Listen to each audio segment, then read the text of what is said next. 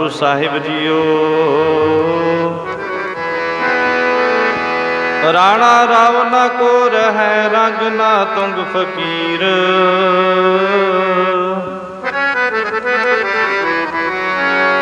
ਬਾਰੀ ਆਪੋ ਆਪਣੀ ਕੋਈ ਨਾ ਬੰਦੈ ਤੀਰ। ਜੋ ਆਇਆ ਸੋ ਚੱਲ ਸੀ ਸਭ ਕੋਈ ਆਈ ਬਾਰੀ ਹੈ। जिसके जी प्राण है जिसके जी प्राण है।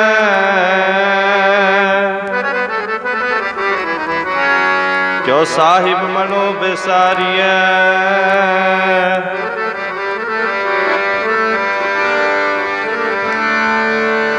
कादा जिंदे तू मान करे। कादा बंदिया मान करे।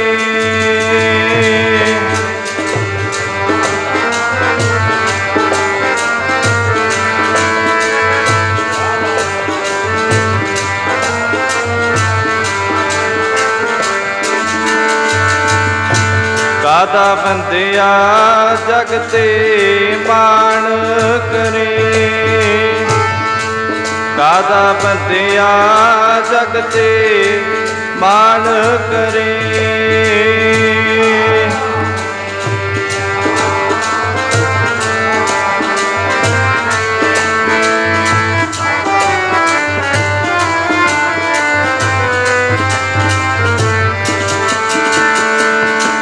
सदा नहीं हो रहना जगते सदा नहीं ते रहना इथे। सदा नहीं हो रहना सदा नहीं हो रहना जगते।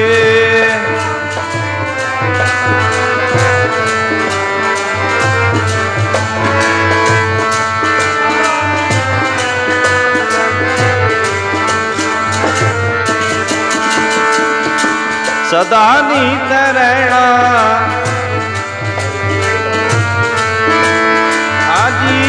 सदा नहीं ते रहना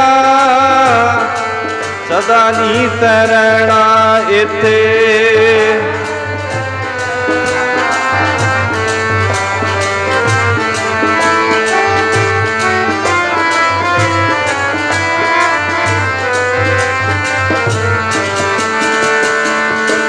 कादा बंदिया जगते मान करे। कादा बंदिया ओ मान करे इथे।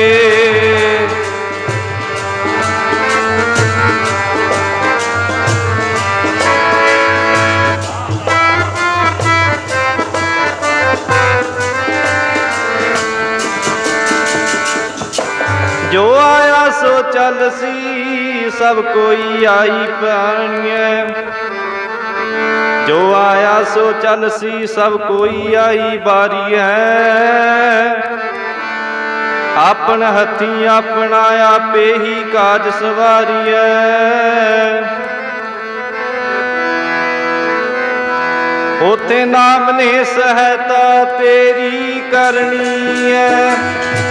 जिथे ना कोई मात पिता उथे नाम ने सहायता तेरी करनी। जिथे ना कोई मात पिता उथे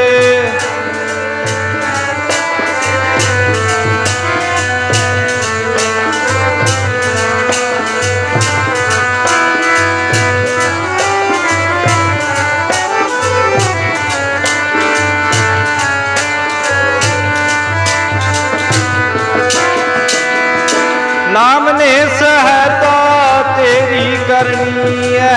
सहायता तेरी करनी है। जिथे ना कोई मात पिता नाम ने सहायता तेरी करनी है। सहायता उथे करनी है। जिथे ना कोई मात पिता एक।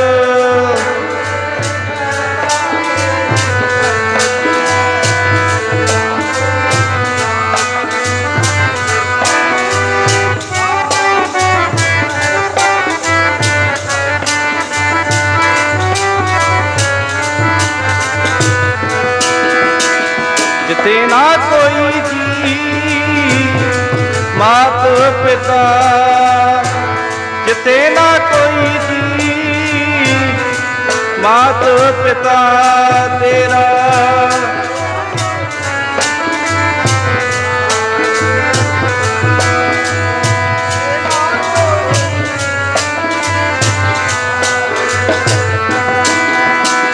जिथे ना कोई जी ओ मात पिता तेरा, जिथे ना कोई जी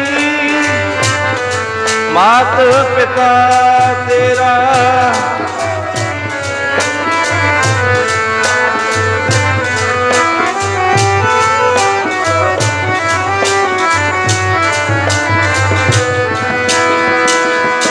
नाम ने सहायता तेरी करनी है, सहायता उसे करनी है। जिथे ना कोई मात पिता एक, नाम ने सहायता तेरी करनी है, सहायता उसे करनी है। जिथे ना कोई मात पिता।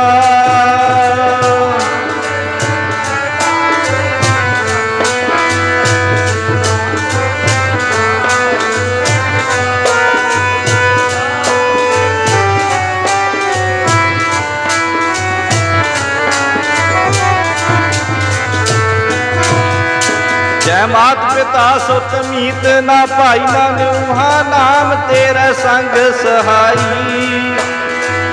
जय महाभयान दूत जम दलत है, केवल नाम संग तेरे चलै। जय मुश्किल होवै अत पारी, हर को नाम खिन माहे विसारी।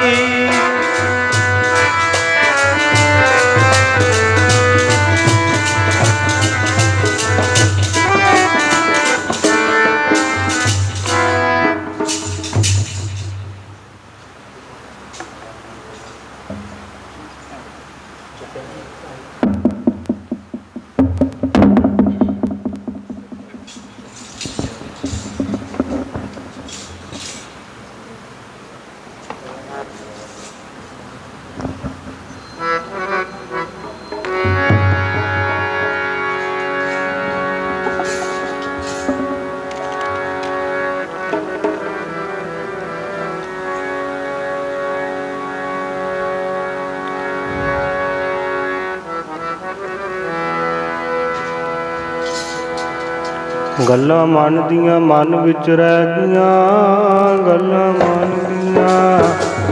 ਦੀਆਂ ਮਨ ਵਿੱਚ ਰਹਿ ਗਈਆਂ ਜੀ। ਕਾਲ ਨੇ ਗਲੇਲਾ ਮਾਰਿਆ ਪਿਆਰੇ ਪਿਆਰੇ, ਕਾਲ ਨੇ ਗਲੇਲਾ ਮਾਰਿਆ ਗੱਲਾਂ ਮਨ ਦੀਆਂ।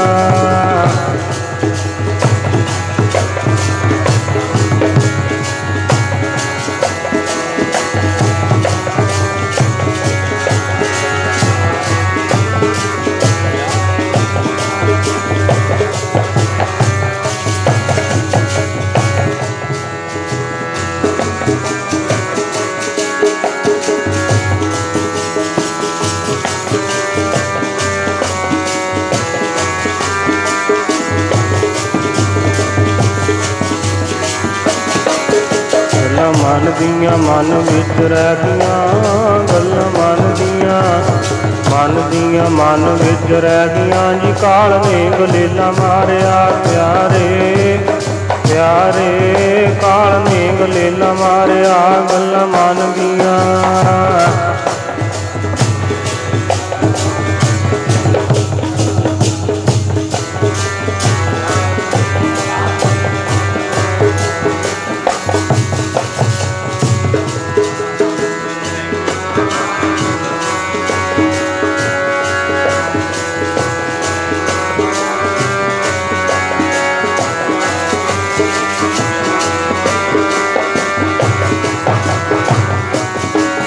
ਗੱਲਾਂ ਮਨ ਦੀਆਂ ਮਨ ਵਿੱਚ ਰਹਿ ਗਈਆਂ, ਗੱਲਾਂ ਮਨ ਦੀਆਂ ਮਨ ਵਿੱਚ ਰਹਿ ਗਈਆਂ, ਮਨ ਦੀਆਂ ਮਨ ਵਿੱਚ ਰਹਿ ਗਈਆਂ, ਮਨ ਦੀਆਂ ਮਨ ਵਿੱਚ ਰਹਿ ਗਈਆਂ।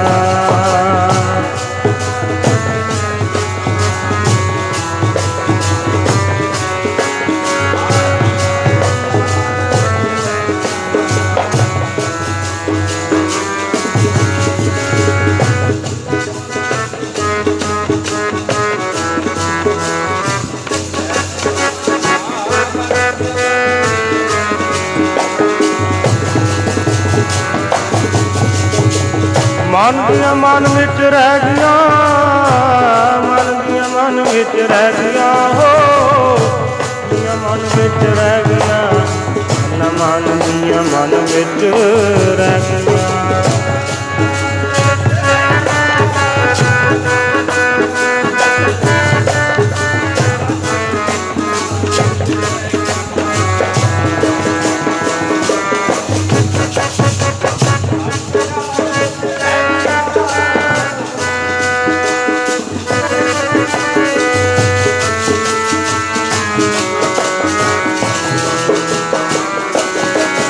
ਗੱਲਾਂ ਮਨ ਦੀਆਂ ਮਨ ਵਿੱਚ ਰਹਿ ਗਈਆਂ, ਕਾਲ ਮੇਘ ਲਈਆਂ। ਗੱਲਾਂ ਮਨ ਦੀਆਂ ਮਨ ਵਿੱਚ ਰਹਿ ਗਈਆਂ, ਕਾਲ ਮੇਘ ਲੀਲਾ ਮਾਰਿਆ।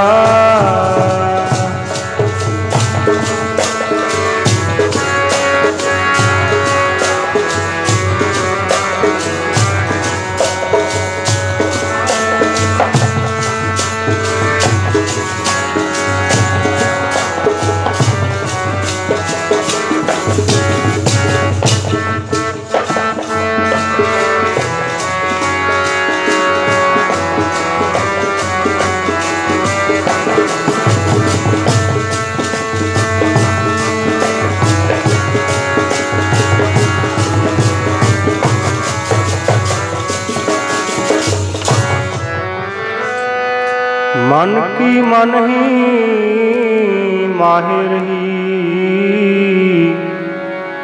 नाहर भजे ना तीरथ सेवे, चोटी काल कही रहा। दारा मीत पूत रत संपत, धन पूर्ण सब मही। अवर सगल मिथ्याए जानो,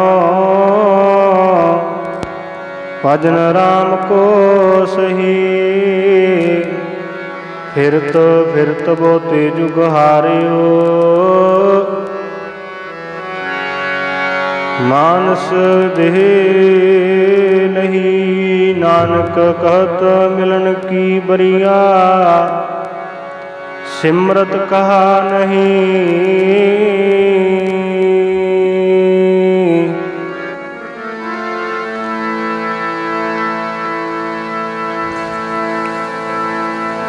ओ मानस देही तास बब्बा नाल मिल गया, एवें नाग वाली गाफला। देही तास बब्बा नाल मिल गया, एवें नाग वाली गाफला।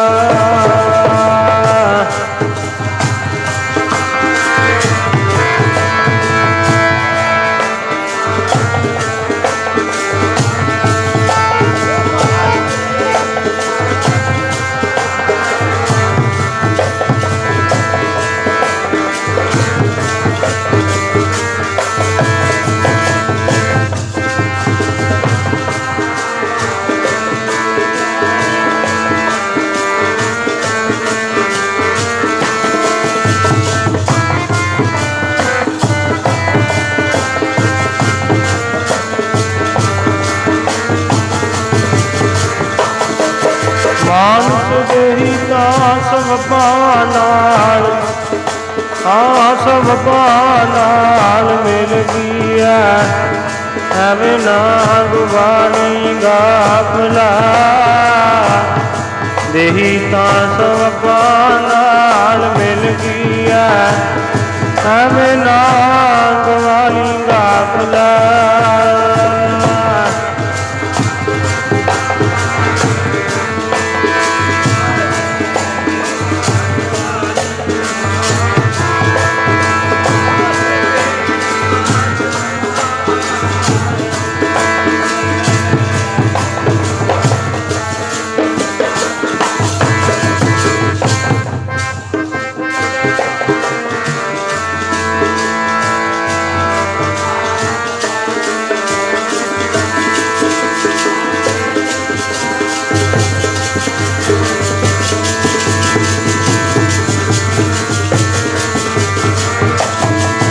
मेरे प्यारे ਐਵੇਂ ਨਾ ਗਵਾਣੀਗਾ ਆਪਣਾ ਪਿਆਰੇ ਜੀ ਐਵੇਂ ਨਾ ਗਵਾਣੀਗਾ ਆਪਣਾ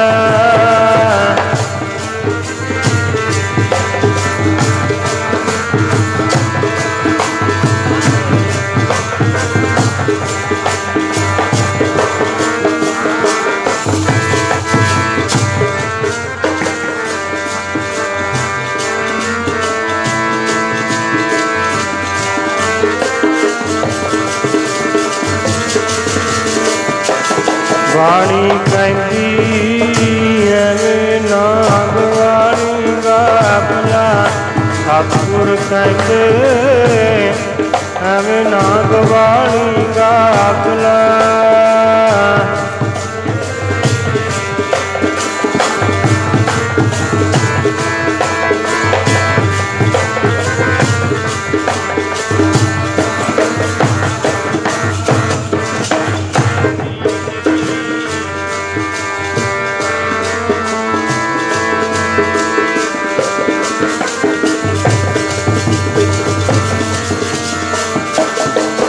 ਮਾਨਸ ਦੇਹੀ ਤਾਂ ਸਭ ਨਾਲ ਮਿਲ ਗਿਆ ਸਭ ਨਾਲ ਮਿਲ ਗਿਆ ਐਵੇਂ ਨਾ ਗਵਾਣੀਗਾ ਆਪਣਾ ਮਾਨਸ ਦੇਹੀ ਤਾਂ ਸਭ ਨਾਲ ਮਿਲ ਗਿਆ ਐਵੇਂ ਨਾ ਗਵਾਣੀਗਾ ਆਪਣਾ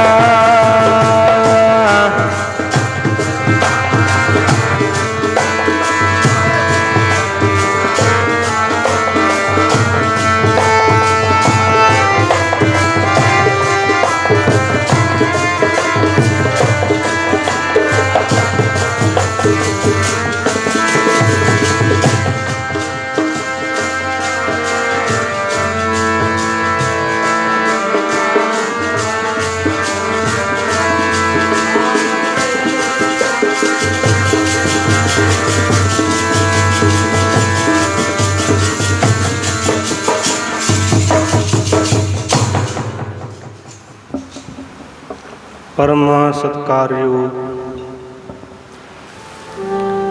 गुरु की साजी ते नवाजी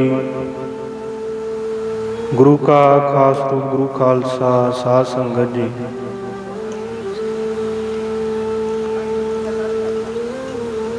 जो कि आप सब नूं भली प्रकार पता ही है बहुत ही सत्कारयोग भाई साहब भाई सरदार मेजर सिंह जी के पिता जी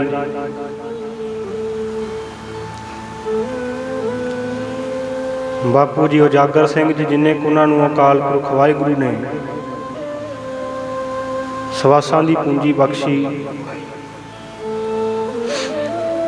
सवासां दी पूंजी नूं पूरियां करदिआं समात लोक दी फेरी पाउंदिआं होइआं उस अकाल पुरख वाहिगुरु दे भाणे नूं मनदे होए अकाल चलाना कर गए ते पिछों गुरमुख परिवार वालों उन्हां दी आत्मिक शांति वास्ते उन्हां दे गृह विखे जो धुरकी बाणी आई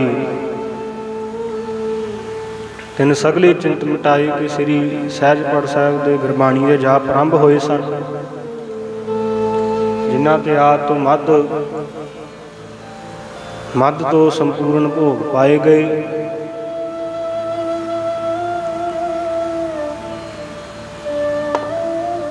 ਤੇ ਉਸ ਤੋਂ ਉਪਰੰਤ ਗੁਰੂ ਘਰ ਵਿਖੇ ਜੋ ਉਹਨਾਂ ਦੀ ਅੰਤਮ ਸਮੇਂ ਦੀ ਅਰਦਾਸ ਹੋਣੀ ਹੈ ਸੋ ਅੰਤਮ ਅਰਦਾਸ ਨੂੰ ਮੁੱਖ ਰੱਖਦਿਆਂ ਹੋਇਆ ਅਸੀਂ ਕੁਝ ਸਮੇਂ ਵਾਸਤੇ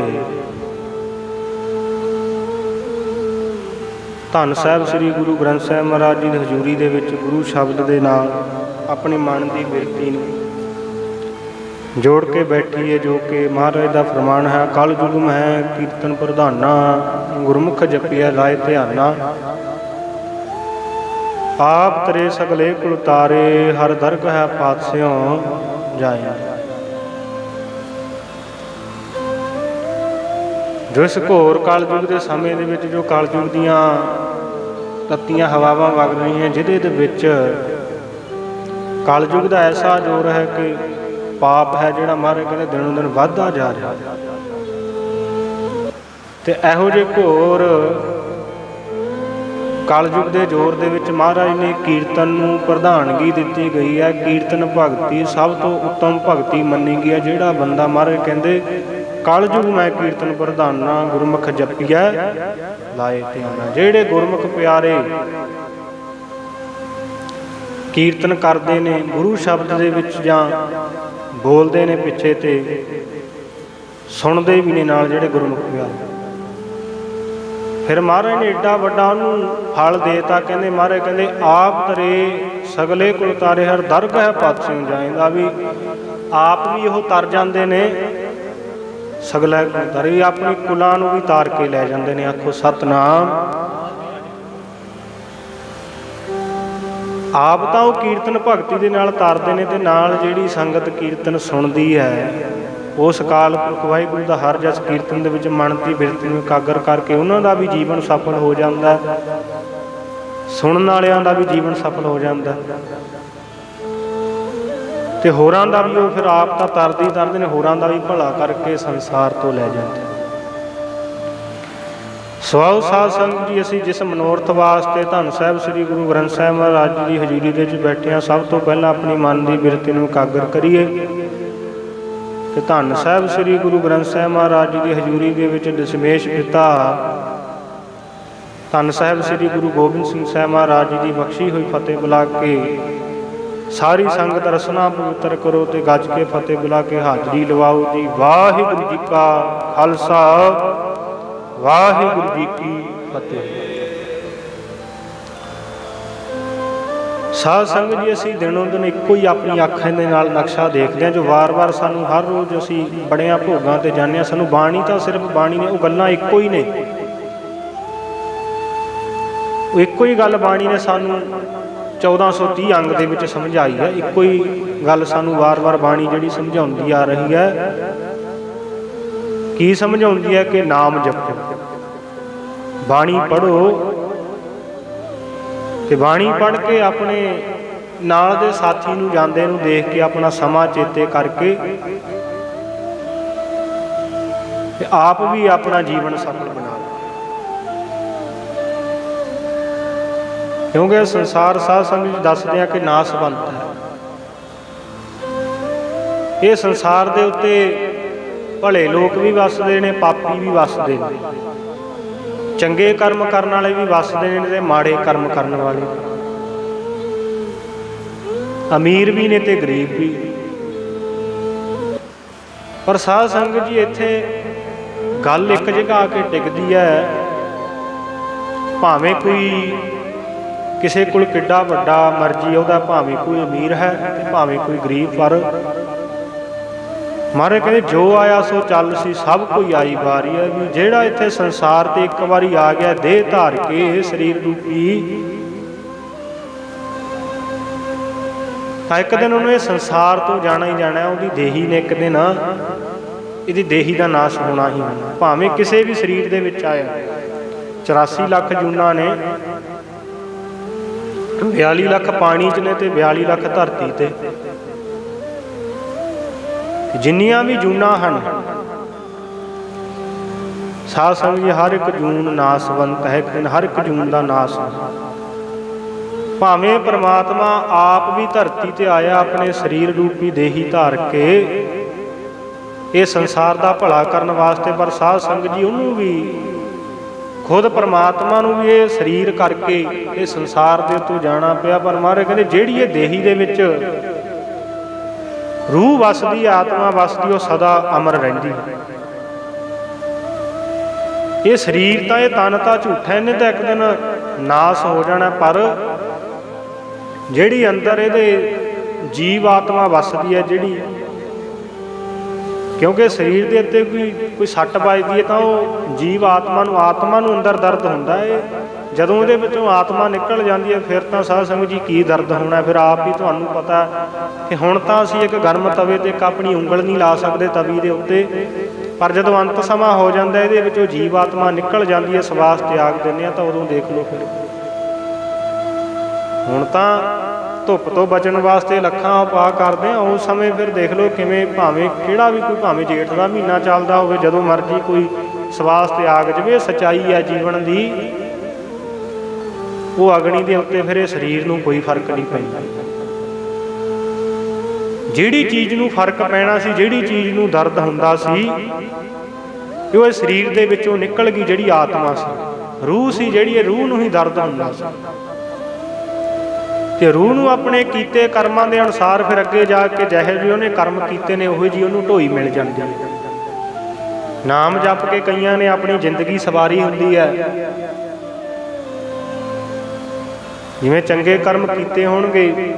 ਬਾਬਾ ਜੀ ਉਜਾਗਰ ਸਿੰਘ ਜੀ ਦੇ ਜਿਨ੍ਹਾਂ ਦੇ ਪੁੱਤਰ ਅੱਗੇ ਹੁਣ ਗੁਰੂ ਵਾਲੇ ਬਣੇ ਨੇ, ਬਾਣੀ ਪੜ੍ਹਨ ਆਉਂਦੇ ਨੇ, ਗੁਰੂ ਘਰ ਵੀ ਸਿੱਖਣ ਆਉਂਦੇ ਨੇ, ਤੇ ਘਰੇ ਵੀ ਆਪਣੀ ਸ੍ਰੀ ਸਹਿਜਪਾਠ ਸਾਹਿਬ ਦੀ ਗੁਰਬਾਣੀ ਦੇ ਜਾਪ ਆਪ ਵੀ ਕਰਦੇ ਰਹੇ।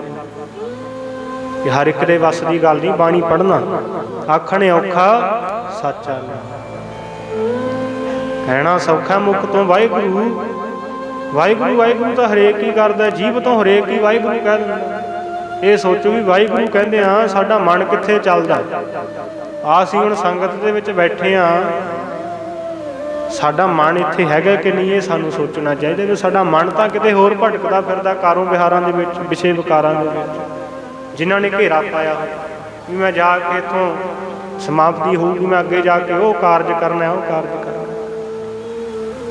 ਮਨ ਤਾਂ ਨਹੀਂ ਇੱਥੇ ਹੈਗਾ, ਮਨ ਤਾਂ ਕਿਸੇ ਵਿਰਲੇ ਦਾ ਹੀ ਹੁੰਦਾ। ਇੱਥੇ ਜਗ ਮਹਿ ਉਤਮ ਕਾਢੀ ਹੈ ਵਿਰਲੇ ਕਈ, ਕਿ ਉਹ ਪਰਮਾਤਮਾ ਦੇ ਬਖਸ਼ੇ ਹੋਏ ਕੋਈ ਪਿਆਰੇ ਸੰਸਾਰ ਦੇ ਉੱਤੇ ਨੇ ਆਉਂਦੇ ਨੇ, ਜਿਹੜੇ ਵਿਰਲੇ ਹੀ ਹੁੰਦੇ ਨੇ।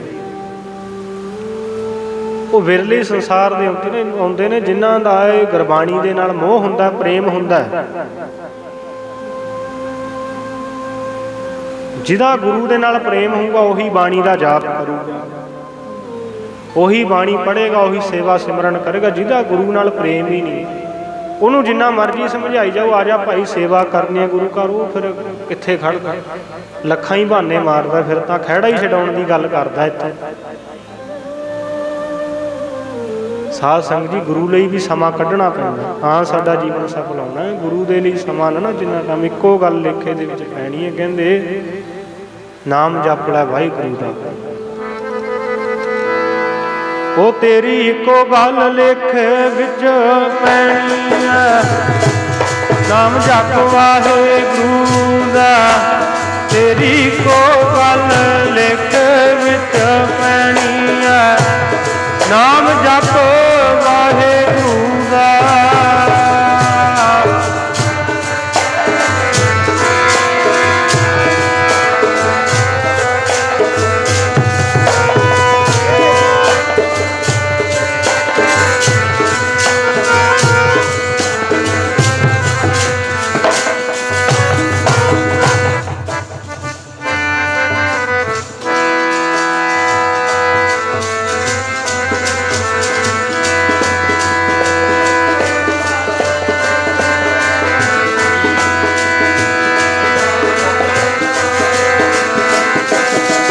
ਤੇਰੀ ਇੱਕੋ ਗੱਲ ਲੇਖੇ ਵਿੱਚ, ਹਾਂ ਲੇਖੇ ਵਿੱਚ ਪੈਣੀ ਹੈ। ਨਾਮ ਜਪ ਵਾਹਿਗੁਰੂ ਦਾ, ਤੇਰੀ ਇੱਕੋ ਗੱਲ ਲੇਖੇ ਵਿੱਚ ਪੈਣੀ ਹੈ। ਨਾਮ ਜਪ ਵਾਹਿਗੁਰੂ ਦਾ,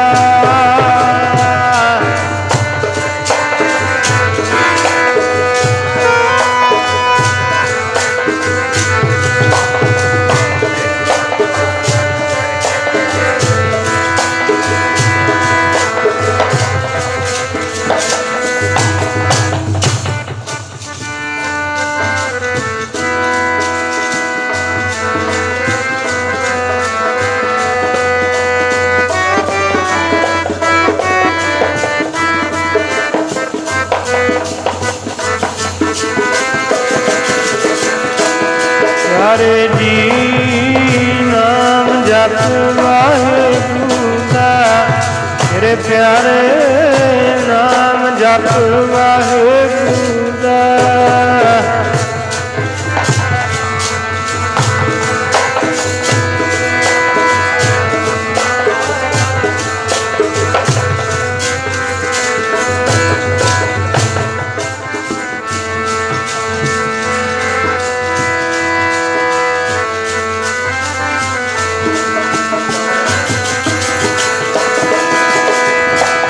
ਬਾਣੀ ਕਹਿੰਦੀ ਨਾਮ ਜਪ ਵਾਹਿਗੁਰੂ ਦਾ।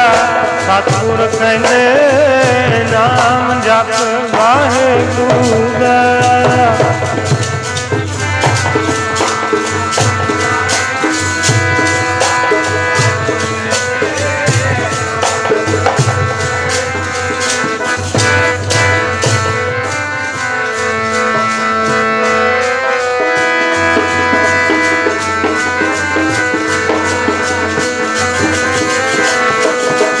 ਤੇਰੀ ਕੋ ਗੱਲ ਲਿਖੇ ਵਿੱਚ ਪੈਣੀ ਆ ਜੀ, ਲਿਖੇ ਵਿੱਚ ਪੈਣੀ ਆ ਨਾਮ ਜਪ ਵਾਹਿਗੁਰੂ ਦਾ।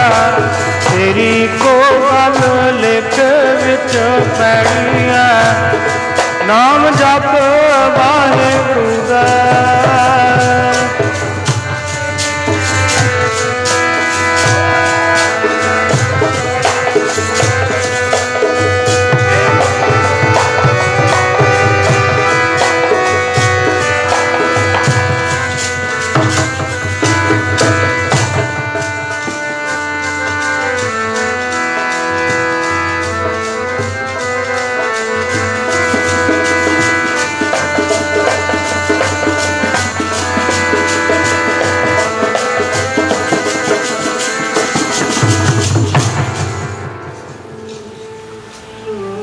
ਸਾਧ ਸੰਗਤ ਜੀ, ਇੱਥੇ ਸੰਸਾਰ ਦੇ ਉੱਤੇ ਆਏ ਹਾਂ। ਪਰਮਾਤਮਾ ਨੇ ਸਾਨੂੰ ਇਹ ਮਨੁੱਖਾ ਦੇਹੀ ਬਖਸ਼ਤੀ ਹੈ ਤੇ ਮਹਾਰਾਜ ਕਹਿੰਦੇ ਇੱਥੇ ਫਿਰ ਲੇਖੇ ਦੇ ਵਿੱਚ ਕੀ ਪੈਣਾ ਸਾਡਾ, ਇਹ ਵੀ ਸਾਨੂੰ ਸੋਚਣਾ ਚਾਹੀਦਾ। ਲੇਖੇ ਦੇ ਵਿੱਚ ਸਾਡਾ, ਅਸੀਂ ਘਰਾਂ ਦੇ ਵਿੱਚ ਕੰਮ ਕਰਦੇ ਹਾਂ, ਉਹ ਲੇਖੇ ਦੇ ਵਿੱਚ ਪੈਣਾ ਕਦੇ ਵੀ ਨਹੀਂ। ਸਾਧ ਸੰਗਤ, ਲੇਖੇ ਦੇ ਵਿੱਚ ਉਹ ਕੀਤਾ ਹੋਇਆ ਕੰਮ ਵੀ ਤਾਂ ਪਊਗਾ ਜੇ ਜ਼ਿੰਦਗੀ ਦੇ ਵਿੱਚ ਅਕਾਲ ਪੁਰਖ ਵਾਹਿਗੁਰੂ ਦਾ ਨਾਮ ਜਪਦਾ। ਜੇ ਤੂੰ ਕੰਮ ਕਰਦਾ ਕਰਦਾ ਵੀ ਵਾਹਿਗੁਰੂ ਦਾ ਸਿਮਰਨ ਕਰਦਾ ਤਾਂ ਵੀ ਤੇਰਾ ਸਮਝ ਲਈ ਵੀ ਉਹ ਸਮਾਂ ਗੁਰੂ ਦੇ ਲੇਖੇ ਦੇ ਵਿੱਚ ਲੱਗਦਾ, ਉਹ ਸਮਾਂ ਤੂੰ ਸਫਲ ਕਰਦਾ।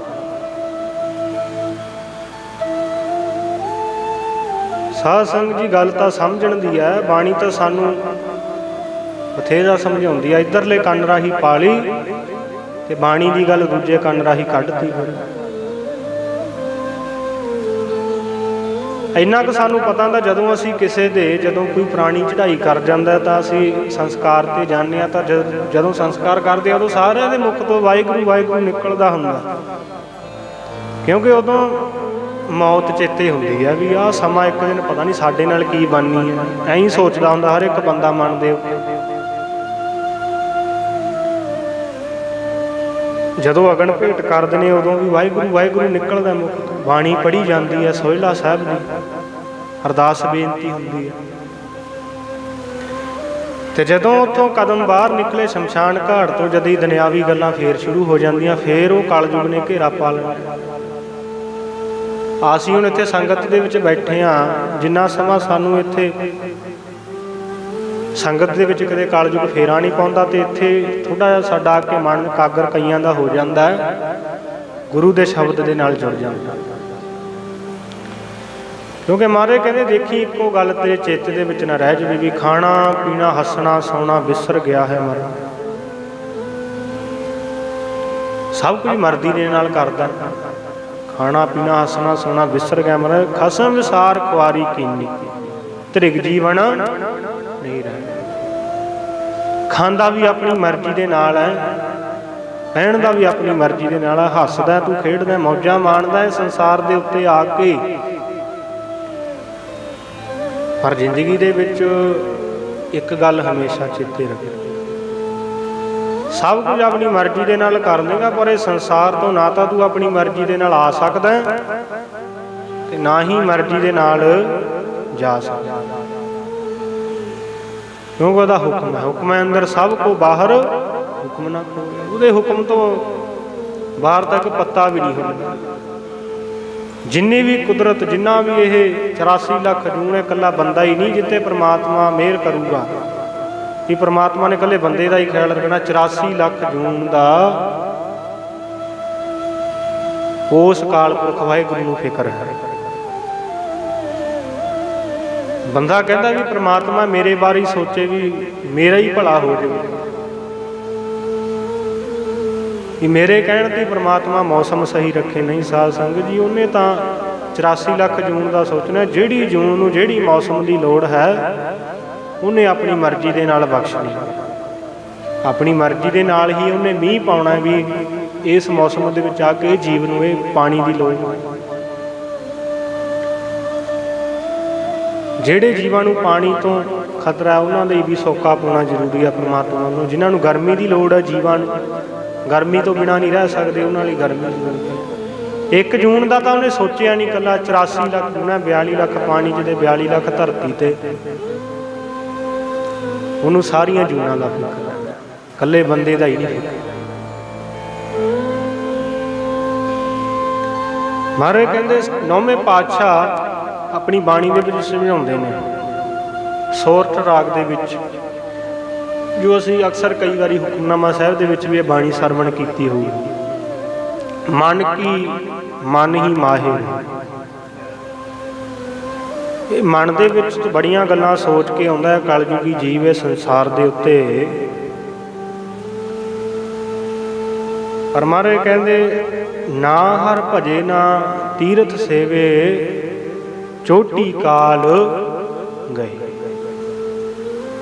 ਸੰਸਾਰ ਦੇ ਉੱਤੇ ਆਇਆ ਸੀ, ਮਨ ਦੇ ਵਿੱਚ ਬੜਾ ਕੁਝ ਸੋਚ ਗਿਆ, ਪਰ ਨਾ ਹਰ ਭਜੇ ਨਾ ਤੀਰਥ ਸੇਵੇ। ਨਾ ਤਾਂ ਕੋਈ ਭਜਨ ਕੀਤਾ, ਬੰਦਗੀ ਕੀਤੀ, ਤੇ ਨਾ ਹੀ ਕੋਈ ਤੀਰਥ ਯਾਤਰਾ ਕੀਤੀ। ਤੇ ਚੋਟੀ ਕਾਲ ਗਈ ਵੀ ਫਿਰ ਉਹ ਕਾਲ ਨੇ ਆ ਕੇ ਆਪਣਾ ਸਿਰ ਦੇ ਉੱਤੇ ਡੰਕਾ ਵਜਾਤਾ। ਸਮਾਂ ਪੈ ਕੇ ਜਦੋਂ ਸਮਾਂ ਪੂਰਾ ਹੋਣਾ ਸੀ, ਜਦੋਂ ਅਕਾਲ ਪੁਰਖ ਵਾਹਿਗੁਰੂ ਨੇ ਸਮਾਂ ਪੂਰਾ ਕਰਤਾ, ਉਸੇ ਵੇਲੇ, ਕਿਉਂਕਿ ਦਿਨੋਂ ਦਿਨ ਕਰਕੇ ਸਵਾਸ ਤਾਂ ਨਿਕਲ ਹੀ ਜਾਂਦੇ ਨੇ। ਮਹਾਰਾਜ ਜਿਵੇਂ ਬਾਣੀ ਦੇ ਵਿੱਚ ਸਮਝਾਉਂਦੇ ਨੇ ਵੀ ਚੇਤਨਾ ਹੈ ਤੋ ਚੇਤ ਲੈ ਨਿਸ ਦਿਨ ਮੈਂ ਪ੍ਰਾਨੀ, ਛਿਨ ਛਿਨ ਔਦ ਵਿਹਾਤ ਹੈ ਬੂਟਾ ਘਟ ਜਿਉ ਪਾਣੀ। ਦਿਨ ਰਾਤ ਇੱਕ ਕਰਕੇ ਇੱਕ ਛਿਣ ਜਿੰਨਾ ਵੀ ਸਮਾਂ ਵਿਅਰਥ ਨਾ ਜਾਣਦੇ। ਮਹਾਰਾਜ ਕਹਿੰਦੇ ਉਹ ਪਰਮਾਤਮਾ ਨੂੰ ਸਿਮਰਿਆ ਕਰ, ਉਹਦਾ ਨਾਮ ਜਪਿਆ। ਘੜਾ ਪਾਣੀ ਦਾ ਭਰਿਆ, ਮਿੱਟੀ ਦਾ ਬਣਿਆ ਹੋਇਆ, ਉਹ ਤਿੜਿਆ ਹੋਇਆ, ਉਹਦੇ ਵਿੱਚੋਂ ਜਿਹੜਾ ਪਾਣੀ ਹੈ ਉਹ ਨਿਕਲ ਹੀ ਜਾਂਦਾ। ਇੱਕ ਦਿਨ ਉਹ ਪਾਣੀ ਨੇ ਖਾਲੀ ਹੋ ਜਾਣਾ।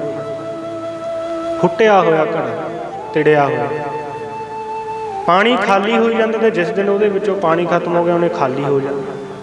ਤੇ ਇਸੇ ਤਰ੍ਹਾਂ ਇਹ ਸਰੀਰ ਦੇ ਵਿੱਚੋਂ ਵੀ ਇਹ ਵੀ ਇੱਕ ਮਿੱਟੀ ਦੇ ਬਣੇ ਹੋਏ ਤਿੜੇ ਹੋਏ ਘੜੇ ਦੇ ਨਿਆਈ ਹੈ ਸਰੀਰ ਵੀ। ਇਹ ਵੀ ਇੱਕ ਤਿੜਿਆ ਹੋਇਆ ਘੜਾ ਹੀ ਹੈ, ਭਾਂਡਾ ਹੀ ਹੈ, ਜਿਹਦੇ ਵਿੱਚੋਂ ਜਿਵੇਂ ਉਹ ਪਾਣੀ ਸਿਮਦਾ ਇੱਦਾਂ ਹੀ ਸਵਾਸ ਸਿੰਮੀ ਜਾਂਦੇ ਨੇ, ਨਿਕਲ ਹੀ ਜਾਂਦੇ ਨੇ ਦਿਨ ਦਿਨ ਕਰਕੇ। ਫੂਟਾ ਘੱਟ ਦਿਓ ਪਾਣੀ, ਜਿਵੇਂ ਘੜੇ ਦੇ ਵਿੱਚੋਂ ਪਾਣੀ ਫੁੱਟਦਾ ਨਾ, ਉਵੇਂ ਇਹਦੇ ਵਿੱਚੋਂ ਸਵਾਸ ਫੁੱਟ ਰਹੇ ਨੇ, ਖਤਮ ਹੁੰਦੇ ਜਾ ਰਹੇ ਨੇ।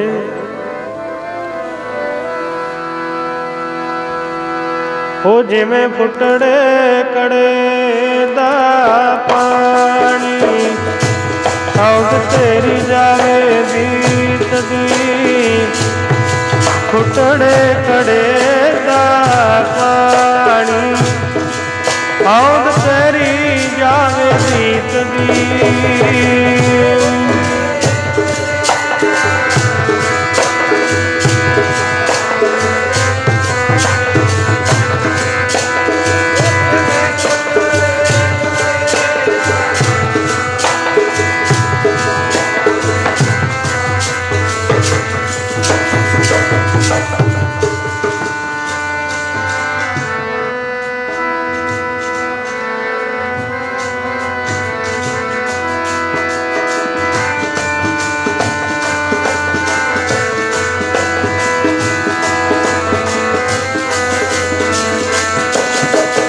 ਜਿਵੇਂ ਫੁੱਟੜੇ ਕੜੇ ਦਾ, ਕੜੇ ਦਾ ਪਾਣੀ, ਔਦ ਤੇਰੀ ਜਾਵੇ ਬੀਤਦੀ। ਜਿਵੇਂ ਫੁੱਟੜੇ ਕੜੇ ਦਾ ਪਾਣੀ, ਔਦ ਤੇਰੀ ਜਾਵੇ ਬੀਤਦੀ।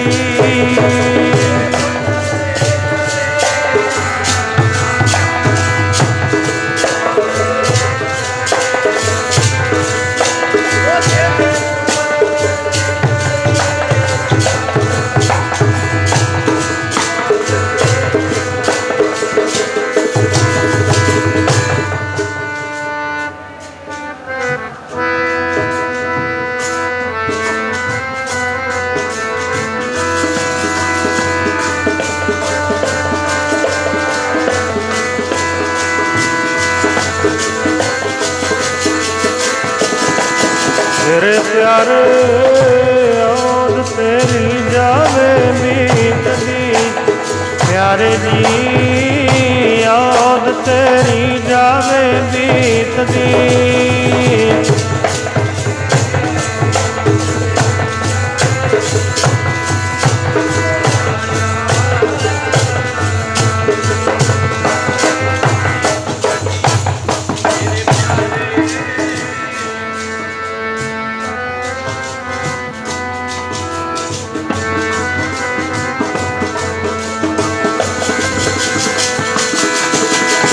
औद तेरी जी जावे बीतदी,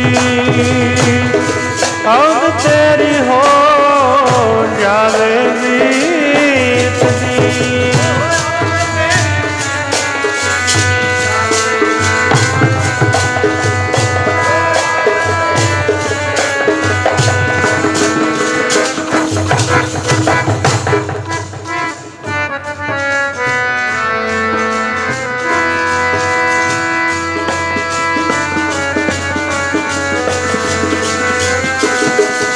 ਜਿਵੇਂ ਘੁੱਟੜੇ ਕੜੇ ਦਾ ਪਾਣੀ, ਕੜੇ ਦਾ ਪਾਣੀ, ਔਦ ਤੇਰੀ ਜਾਵੇ ਬੀਤਦੀ। ਜਿਵੇਂ ਘੁੱਟੜੇ ਕੜੇ ਦਾ ਪਾਣੀ, ਔਦ ਤੇਰੀ ਜਾਵੇ ਬੀਤਦੀ।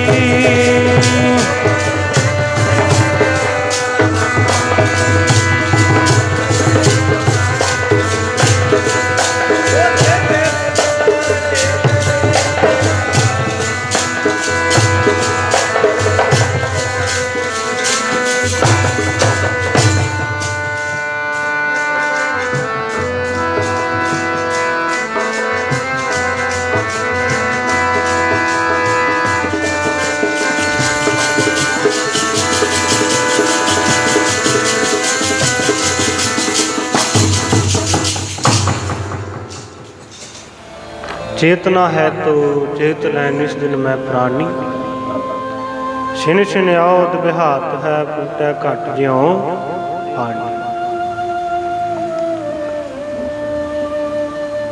ऐदां ही सवास सवासां रूपी भांडे दे विचों जिवें घड़े दे विचों पानी फुੱਟਦਾ ना, पानी सिमी जांदा टुੱਟੇ होए घड़े दे विचों एक दिन ਉਹਨੇ खाली हो जाना। ऐदां ही सवासां रूपी भांडा साध संगत जी महाराज कहंदे इन्हें भी एक दिन खाली हो जाना। ਜਿਵੇਂ ਉਹ ਪਾਣੀ ਨੂੰ ਸੰਭਲ ਕੇ ਵਰਤਣਾ ਚਾਹੀਦਾ, ਜੇ ਉਹਦੇ ਪਾਣੀ ਦੀ ਵਰਤੋਂ ਦੁਰਵਰਤੋਂ ਹੋ ਰਹੀ ਹੈ, ਸਿੰਮੀ ਜਾਂਦਾ, ਵੀ ਉਹਦਾ ਕੋਈ ਹੱਲ ਕਰਨਾ ਚਾਹੀਦਾ।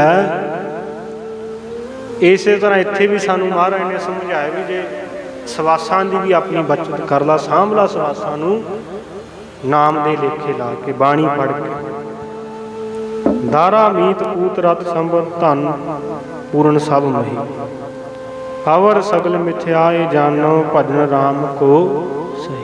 ਮਹਾਰਾਜ ਕਹਿੰਦੇ ਤੇਰੇ ਧੀਆਂ ਪੁੱਤਰ ਨੇ, ਪੁੱਤ ਪੁੱਤ ਨੇ, ਉਹਨਾਂ ਦੇ ਨਾਲ ਤੇਰਾ ਬੜਾ ਮੋਹ ਹੈ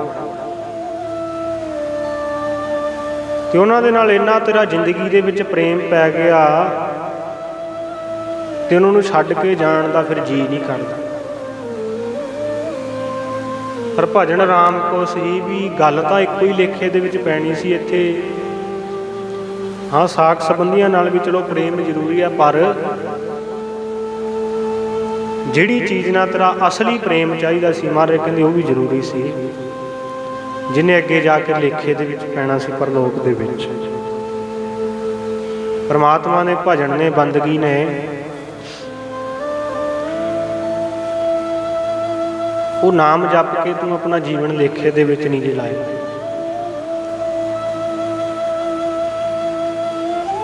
ਉਹ ਜੀਵਨ ਏਦਾਂ ਹੀ ਬਿਰਥਾ ਚਲੇ ਜਾਂਦਾ ਨਾਮ ਤੋਂ ਬਿਨਾਂ। ਤੇ ਜਦੋਂ ਸਵਾਸ ਪੂਰੇ ਹੋ ਗਏ ਫਿਰ ਮਹਾਰਾਜ ਕਹਿੰਦੇ ਕੁਝ ਵੀ ਹੱਥ ਨਹੀਂ ਆਇਆ ਮੁੜ ਕੇ। ਸਭ ਕੁਝ ਸਾਖ ਸੰਬੰਧੀ ਸਾਥ ਛੱਡ ਕੇ ਸਭ ਕੁਝ ਇੱਥੇ ਧਰਿਆ ਧਰਾਇਆ ਰਹਿ ਜਾਂਦਾ। ਫਿਰਤ ਬਹੁਤੇ ਜੁਗ ਹਾਰਿਓ ਮਾਨਸ ਦੇ ਲਈ। ਪਤਾ ਨਹੀਂ ਕਿੰਨੇ ਕੁ ਯੁੱਗਾਂ ਦੇ ਵਿੱਚ ਕਿੰਨੇ ਕੁ ਯੁੱਗ ਬੀਤ ਗਏ। ਇਹ ਜ਼ਿੰਦਗੀ ਦੇ ਵਿੱਚ ਪਤਾ ਨਹੀਂ ਕਿੰਨੀਆਂ ਕਿ ਤੂੰ ਇਹ ਸਮੇਂ ਦੇ ਵਿੱਚ ਘੋਰ ਕਲਯੁਗਾਂ ਦੇ ਵਿੱਚ ਪਤਾ ਨਹੀਂ ਕਿੰਨੇ ਕੁ ਯੁੱਗ ਬੀਤ ਗਏ। ਸਤਯੁਗ, ਤ੍ਰੇਤਾ, ਦੁਆਪਰ, ਕਲਯੁਗ ਆ ਗਿਆ। ਇਹ ਕਿੰਨੀਆਂ ਕੁ ਇਹਨਾਂ ਯੁੱਗਾਂ ਦੇ ਵਿੱਚ ਜੂਨਾ ਭੋਗ ਕੇ ਆਇਆ ਹੈ, ਫਿਰ ਕਿਤੇ ਜਾ ਕੇ ਤੈਨੂੰ ਆ ਕਲਯੁਗ ਦੇ ਸਮੇਂ ਦੇ ਵਿੱਚ ਆ ਕੇ ਜੇ ਤੈਨੂੰ ਮਨੁੱਖਾ ਦੀ ਹੀ ਮਿਲ ਗਈ ਨਾ, ਤੇਰੇ ਲਈ ਧੰਨ ਗੁਰੂ ਨਾਨਕ ਦੇਵ ਮਹਾਰਾਜ ਨੇ ਸੌਖਾ ਸਾਧਨ ਬਣਾਤਾ ਨਾਮ ਜਪਣ ਦਾ। ਪੁਰਾਣੇ ਯੁੱਗਾਂ ਦੇ ਵਿੱਚ ਤਾਂ ਬੜੀਆਂ ਕਠਿਨ ਤਪੱਸਿਆਵਾਂ ਕਰਨੀਆਂ ਪੈਂਦੀਆਂ ਸੀ। ਸਤਯੁਗ ਦੇ ਵਿੱਚ, ਤ੍ਰੇਤੇ ਵਿੱਚ, ਦੁਆਪਰ ਵਿੱਚ ਏਦਾਂ ਹੀ ਮੁਕਤੀ ਨਹੀਂ ਸੀ ਮਿਲਦੀ। ਖੂਹਾਂ ਦੇ ਵਿੱਚ ਪੁੱਠੇ ਲਮਕ ਕੇ ਤਪੱਸਿਆ ਕੀਤੀ ਹੈ ਜਿਨ੍ਹੇ ਵੀ ਪਰਮਾਤਮਾ ਨੂੰ ਪਾਇਆ, ਭਗਤਾਂ ਨੇ ਜਾਂ ਸੰਤਾਂ ਨੇ। ਘੋਰ ਗਰਮੀ ਦੇ ਵਿੱਚ, ਤਪਦੀ ਅਗਨ ਦੇ ਵਿੱਚ ਉਹਨਾਂ ਨੇ ਤਪੱਸਿਆ ਕੀਤੀ ਹੈ ਗਰਮੀ ਦੇ ਵਿੱਚ,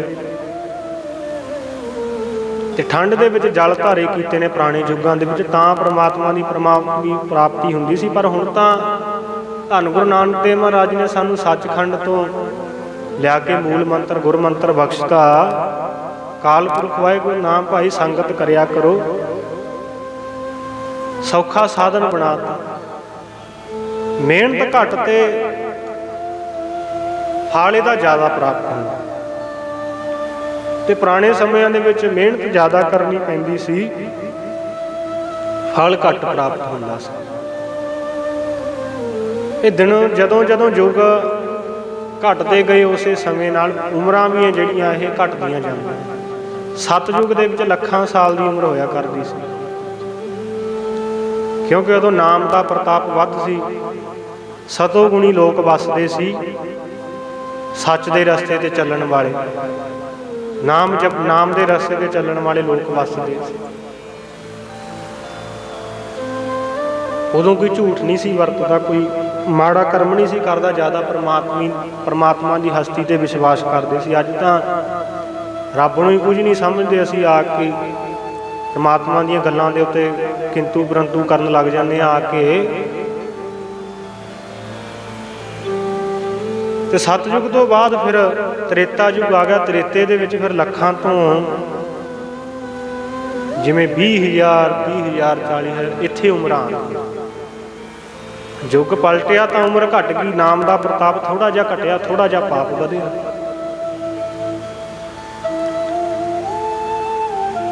ਜਿਹਦੇ ਵਿੱਚ ਤ੍ਰੇਤੇ ਯੁੱਗ ਦੇ ਵਿੱਚ 14 ਕਲਾਂ ਧਾਰ ਕੇ ਸ੍ਰੀ ਰਾਮ ਚੰਦਰ ਜੀ ਆਏ ਸੀ।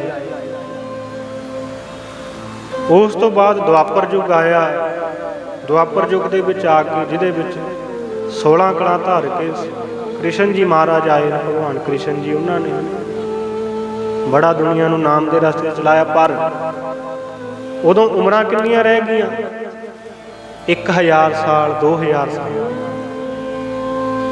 ਨਾਮ ਦਾ ਥੋੜਾ ਜਿਹਾ ਪ੍ਰਤਾਪ ਹੋਰ ਘਟਿਆ, ਪਾਪ ਥੋੜਾ ਜਿਹਾ ਹੋਰ ਵਧਿਆ, ਜਦ ਹੀ ਉਮਰਾਂ ਘਟ ਗਈਆਂ। ਫੇਰ ਕਲਯੁਗ ਦਾ ਸਮਾਂ ਆਇਆ। ਕਲਯੁਗ ਦੇ ਵਿੱਚ 100 ਸਾਲ ਦੀ ਉਮਰ ਪੁਰਾਣੇ ਬਜ਼ੁਰਗਾਂ ਦੀ ਦੱਸੀ ਗਈ। ਜਦੋਂ ਕਲਯੁਗ ਆਇਆ ਸੀ ਉਦੋਂ 100 ਸਾਲ, 200 ਸਾਲ ਇੱਥੇ ਆਈ ਉਮਰ, 150 ਸਾਲ। ਪਰ ਹੁਣ ਅੱਗੇ ਇੰਨਾ ਕਲਯੁਗ ਦਾ ਜ਼ੋਰ ਪੈ ਗਿਆ, ਨਾਮ ਦਾ ਇੰਨਾ ਪ੍ਰਤਾਪ ਘਟ ਗਿਆ ਕਿ ਪਾਪ ਇੰਨਾ ਵੱਧ ਗਿਆ, ਉਮਰ ਕੀ ਰਹਿ ਗਈ? ਕਿੰਨੀਆਂ ਅੱਖਾਂ ਦੇ ਨਾਲ ਇੰਨੀਆਂ ਮੌਤਾਂ ਹੁੰਦੀਆਂ ਦੇਖਦੇ, ਇੰਨੇ ਸੰਸਾਰ ਦੇ ਤੋਂ ਜਾਂਦਿਆਂ ਨੂੰ ਦੇਖਦੇ ਹਾਂ, ਕਿਉਂਕਿ ਨਾਮ ਦਾ ਪ੍ਰਤਾਪ ਘਟਿਆ ਕਲਯੁਗ ਦੇ ਵਿੱਚ ਆ ਕੇ। ਕਲਯੁਗ ਨੇ ਆਪਣਾ ਜ਼ੋਰ ਦਿਖਾਤਾ ਤੇ ਅਨੇਕ ਕਲਾਂ ਲਈ ਠਾਕਰ ਚੜਿਆ। ਪਰ ਗੁਰੂ ਨਾਨਕ ਦੇਵ ਮਹਾਰਾਜ ਜੀ ਤਾਂ ਅਨੇਕਾਂ ਹੀ ਕਲਾਂ ਦੇ ਮਾਲਕ ਜਿਹੜੇ ਸੰਸਾਰ ਦੇ ਉੱਤੇ ਆਏ, ਜਿਨ੍ਹਾਂ ਨੇ ਇਸ ਸੰਸਾਰ ਦੇ ਉੱਤੇ ਆ ਕੇ ਦੁਨੀਆ ਨੂੰ ਸਿੱਧੇ ਰਸਤੇ ਬੜਾ ਪਾਇਆ, ਸੌਖਾ ਸਾਧਨ ਵੀ ਲਿਆਂਦਾ ਨਾਮ ਜਪਣ ਦਾ, ਵਾਹਿਗੁਰੂ ਦਾ ਗੁਰੂ ਮੰਤਰ ਲਿਆਂਦਾ। ਪਰ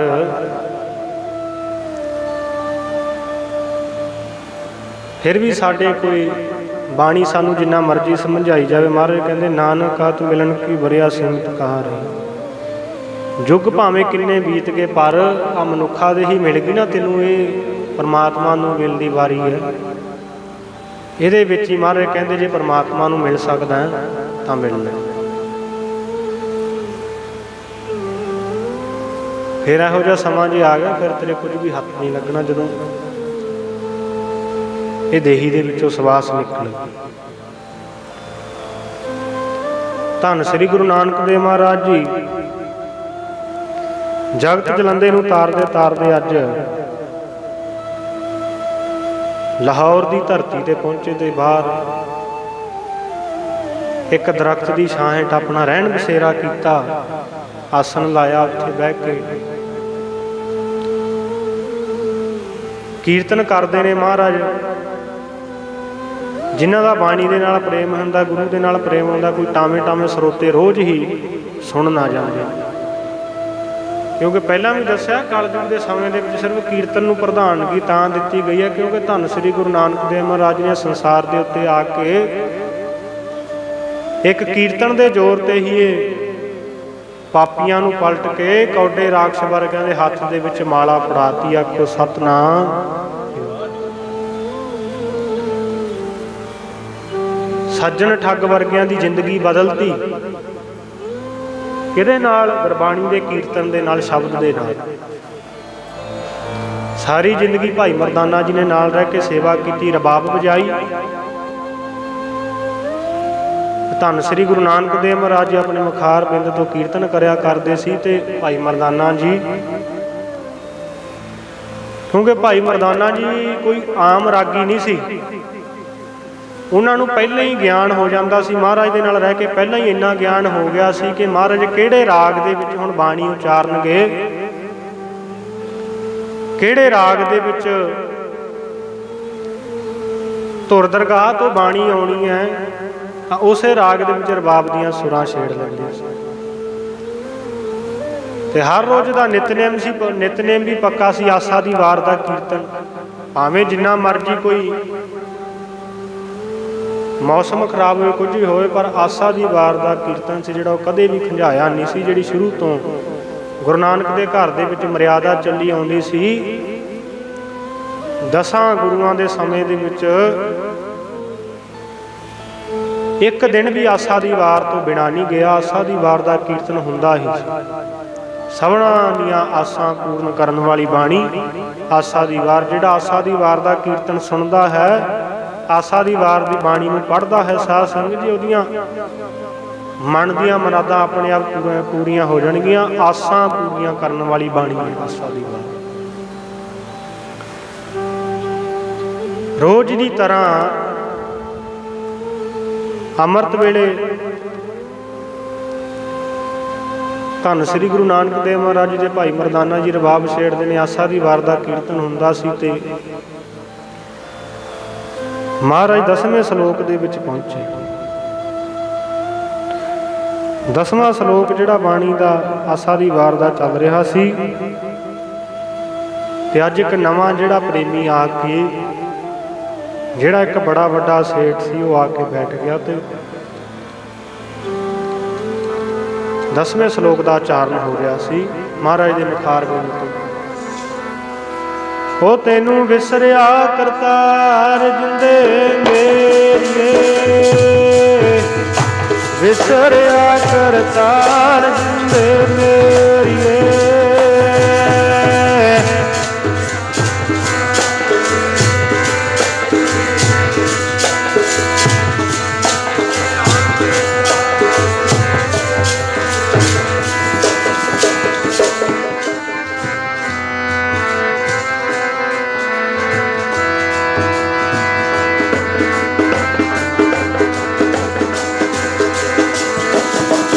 ਤੈਨੂੰ ਵਿਸਰਿਆ ਕਰਤਾਰ ਜਿੰਦੇ ਮੇਰੀਏ ਨੀ, ਵਿਸਰਿਆ ਕਰਤਾਰ ਜਿੰਦੇ ਮੇਰੀਏ ਨੀ।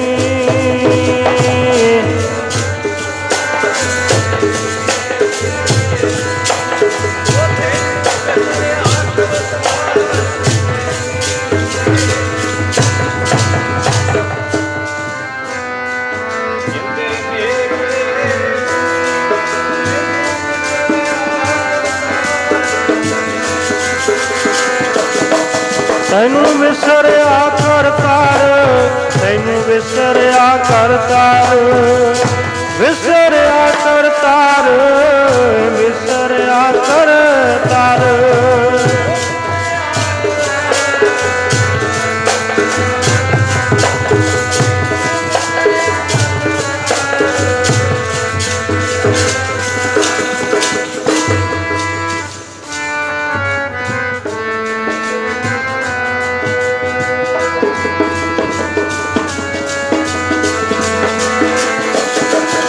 ਤੈਨੂੰ ਵਿਸਰਿਆ ਕਰਤਾਰ ਜਿੰਦੇ ਮੇਰੀਏ ਨੀ, ਵਿਸਰਿਆ ਕਰਤਾਰ ਜਿੰਦੇ ਮੇਰੀਏ ਨੀ।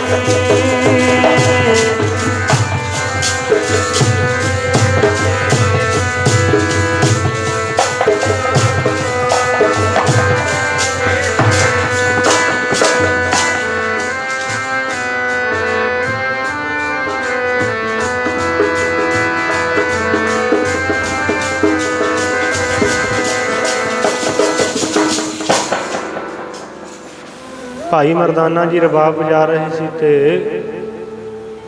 ਧੰਨ ਸ੍ਰੀ ਗੁਰੂ ਨਾਨਕ ਦੇਵ ਮਹਾਰਾਜ ਜੀ ਆਪਣੇ ਮੁਖਾਰ ਬਿੰਦ ਤੋਂ 10ਵਾਂ ਛੱਕਾ ਆਸਾ ਦੀ ਵਾਰ ਦਾ ਕੂੜ ਰਾਜਾ ਕੂੜ ਪਰਜਾ ਕੂੜ ਸਭ ਸੰਸਾਰ, ਕੂੜ ਮੰਡਪ ਕੂੜ ਮਾੜੀ ਕੂੜ ਬੈਸਣ ਹਾਰ। ਮਹਾਰਾਜ ਨੇ ਇੱਥੇ ਕੋਈ ਆਪਣੇ ਕੋਲ ਨਹੀਂ, ਮਹਾਰਾਜ ਨੇ ਸਭ ਨੂੰ ਕੂੜ ਦੱਸਦਾ। ਕਿਉਂ? ਜਿਸ ਘਰ ਦੇ ਵਿੱਚ ਅੰਮ੍ਰਿਤ ਵੇਲੇ ਸੁਖਮਨੀ ਸਾਹਿਬ ਦੀ ਆਵਾਜ਼ ਨਹੀਂ ਆਉਂਦੀ, ਸ਼ਾਮ ਨੂੰ ਰਹਿਰਾਸ ਸਾਹਿਬ ਦਾ ਜਾਪ ਨਹੀਂ ਹੁੰਦਾ, ਫਿਰ ਉਸ ਨੂੰ ਵੀ ਜਿਹੜੇ ਇਹਦੇ ਵਿੱਚੋਂ ਵੱਸਦੇ ਨੇ ਉਹਨਾਂ ਨੂੰ ਵੀ ਕੂੜ ਦੱਸਦਾ। ਇੱਥੇ ਕੂੜ ਮੰਡਪ ਕੂੜ ਮਾੜੀ ਕੂੜ ਬੈਸਣ ਵਾਲੇ ਜਿੱਥੇ ਵੱਸਦੇ ਨੇ ਨਾਮ ਤੋਂ ਬਿਨਾਂ, ਕੂੜ ਸੋਇਨਾ ਕੂੜ ਰੂਪਾ ਕੂੜ ਪਹਿਨ ਨਹਾਰ। ਬੜਾ ਹੀ ਆਪਣੇ ਸਰੀਰ ਦੇ ਉੱਤੇ ਗਹਿਣੇ ਪਾਉਂਦਾ ਹੈ ਸੋਨੇ ਦੇ, ਕੂੜ ਸੋਇਨਾ ਵੀ। ਕੂੜ ਕਾਇਆ ਕੂੜ ਕੱਪੜ ਕੂੜ ਰੂਪ ਅਪਾਰ ਵੀ, ਸਭ ਕੁਛ ਇੱਥੇ ਕੂੜ ਹੈ ਪ੍ਰਮਾਤਮਾ ਦੇ ਨਾਮ ਤੋਂ ਬਿਨਾਂ। ਕੂੜ ਮੀਆਂ ਕੂੜ ਵੀ ਖੱਪ ਹੋਏ ਖਾਰ, ਕੂੜ ਕੂੜਾ ਨੇਹੋ ਲੱਗਾ ਵਿਸਰਿਆ ਕਰਤਾਰ। ਜਿਹਨੂੰ ਉਹ ਕਰਤਾਰ ਵਿਸਰ ਗਿਆ, ਮਹਾਰਾਜ ਨੇ ਫਿਰ ਉੱਥੇ ਉਹਨੂੰ ਜਿਮਨੀ ਵੀ ਉਹਦੇ ਕੋਲ ਭਾਵੇਂ ਕੋਈ ਜਿੱਡਾ ਵੱਡਾ ਮਰਜ਼ੀ ਉਹਦੇ ਕੋਲ ਅਹੁਦਾ ਹੈ, ਕੁਝ ਵੀ ਹੈ ਜਿਹਦੇ ਵਿੱਚ ਭਾਵੇਂ ਉਹ ਰਹਿੰਦਾ, ਹਰ ਇੱਕ ਚੀਜ਼ ਨੂੰ ਕੂੜਾ ਦੱਸਦਾ। ਇੱਥੇ ਕੂੜ ਇੱਥੇ ਬਾਣੀ ਦੇ ਵਿੱਚ ਉਹਨੂੰ ਕਿਹਾ ਗਿਆ ਜਿਹੜੀ ਸਦਾ ਨਾ ਰਹਿਣ ਵਾਲੀ ਚੀਜ਼ ਹੋਵੇ, ਜਿਹਨੇ ਕਦੇ ਸਾਡੇ ਕੋਲ ਰਹਿਣਾ ਹੀ ਨਹੀਂ, ਜਿਹਨੇ ਸਾਡੇ ਕਿਤੇ ਕੰਮ ਆਉਣਾ ਹੀ ਨਹੀਂ, ਉਹਨੂੰ ਇੱਥੇ ਆਸਾ ਦੀ ਵਾਰ ਦੀ ਬਾਣੀ ਦੇ ਵਿੱਚ 10ਵੇਂ ਛੱਕੇ ਦੇ ਵਿੱਚ ਮਹਾਰਾਜ ਨੇ ਕੂੜ ਦੱਸ ਦਿੱਤਾ। ਕੂੜ ਕੁਝ ਟਾਵੇਂ ਟਾਵੇਂ ਪ੍ਰੇਮੀ ਅੱਜ ਧੰਨ ਸ੍ਰੀ ਗੁਰੂ ਨਾਨਕ ਦੇਵ ਮਹਾਰਾਜ ਜੀ ਦੇ ਚਰਨਾਂ ਦੇ ਵਿੱਚ ਪਹੁੰਚੇ, ਆਸਾ ਦੀ ਵਾਰ ਦਾ ਕੀਰਤਨ ਸਰਵਣ ਕਰ ਰਹੇ ਨੇ। ਅੱਜ ਨਵਾਂ ਪ੍ਰੇਮੀ ਇੱਕ ਬੜਾ ਵੱਡਾ ਸੇਠ ਆ ਕੇ ਉੱਥੇ ਹੀ ਬੈਠ ਗਿਆ। ਆਸਾ ਦੀ ਵਾਰ ਦੀ ਸਮਾਪਤੀ ਹੋਈ ਕੀਰਤਨ ਦੀ।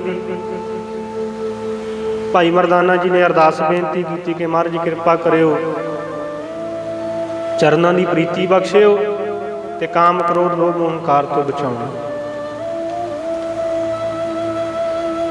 ਅਰਦਾਸ ਬੇਨਤੀ ਹੋਣ ਤੋਂ ਬਾਅਦ ਜਦੋਂ ਸਮਾਪਤੀ ਹੋਈ ਤਾਂ ਉਹ ਜਿਹੜਾ ਸੇਠ ਆਇਆ ਸੀ, ਜਿਹਦਾ ਨਾਮ ਸਾਧ ਸੰਗਤ ਜੀ ਦੂਣੀ ਚੰਦ ਸੀ, ਸੇਠ ਦੂਣੀ ਚੰਦ, ਉਹ ਸਮੇਂ ਦੇ ਵਿੱਚ ਕਹਿੰਦਾ ਕਹਾਉਂਦਾ ਸੇਠ ਸੀ। ਕੀਰਤਨ ਸਰਵਣ ਕੀਤਾ, ਬਾਣੀ ਦੇ ਨਾਲ ਪ੍ਰੇਮ ਪਿਆ, ਬਾਣੀ ਨੇ ਖਿੱਚ ਪਾਈ, ਕਿਉਂਕਿ ਉਹਦੇ ਪਿਆਰਿਆਂ ਨੂੰ ਬਾਣੀ ਆਪ ਹੀ ਖਿੱਚ ਪਾਉਂਦੀ ਹੈ।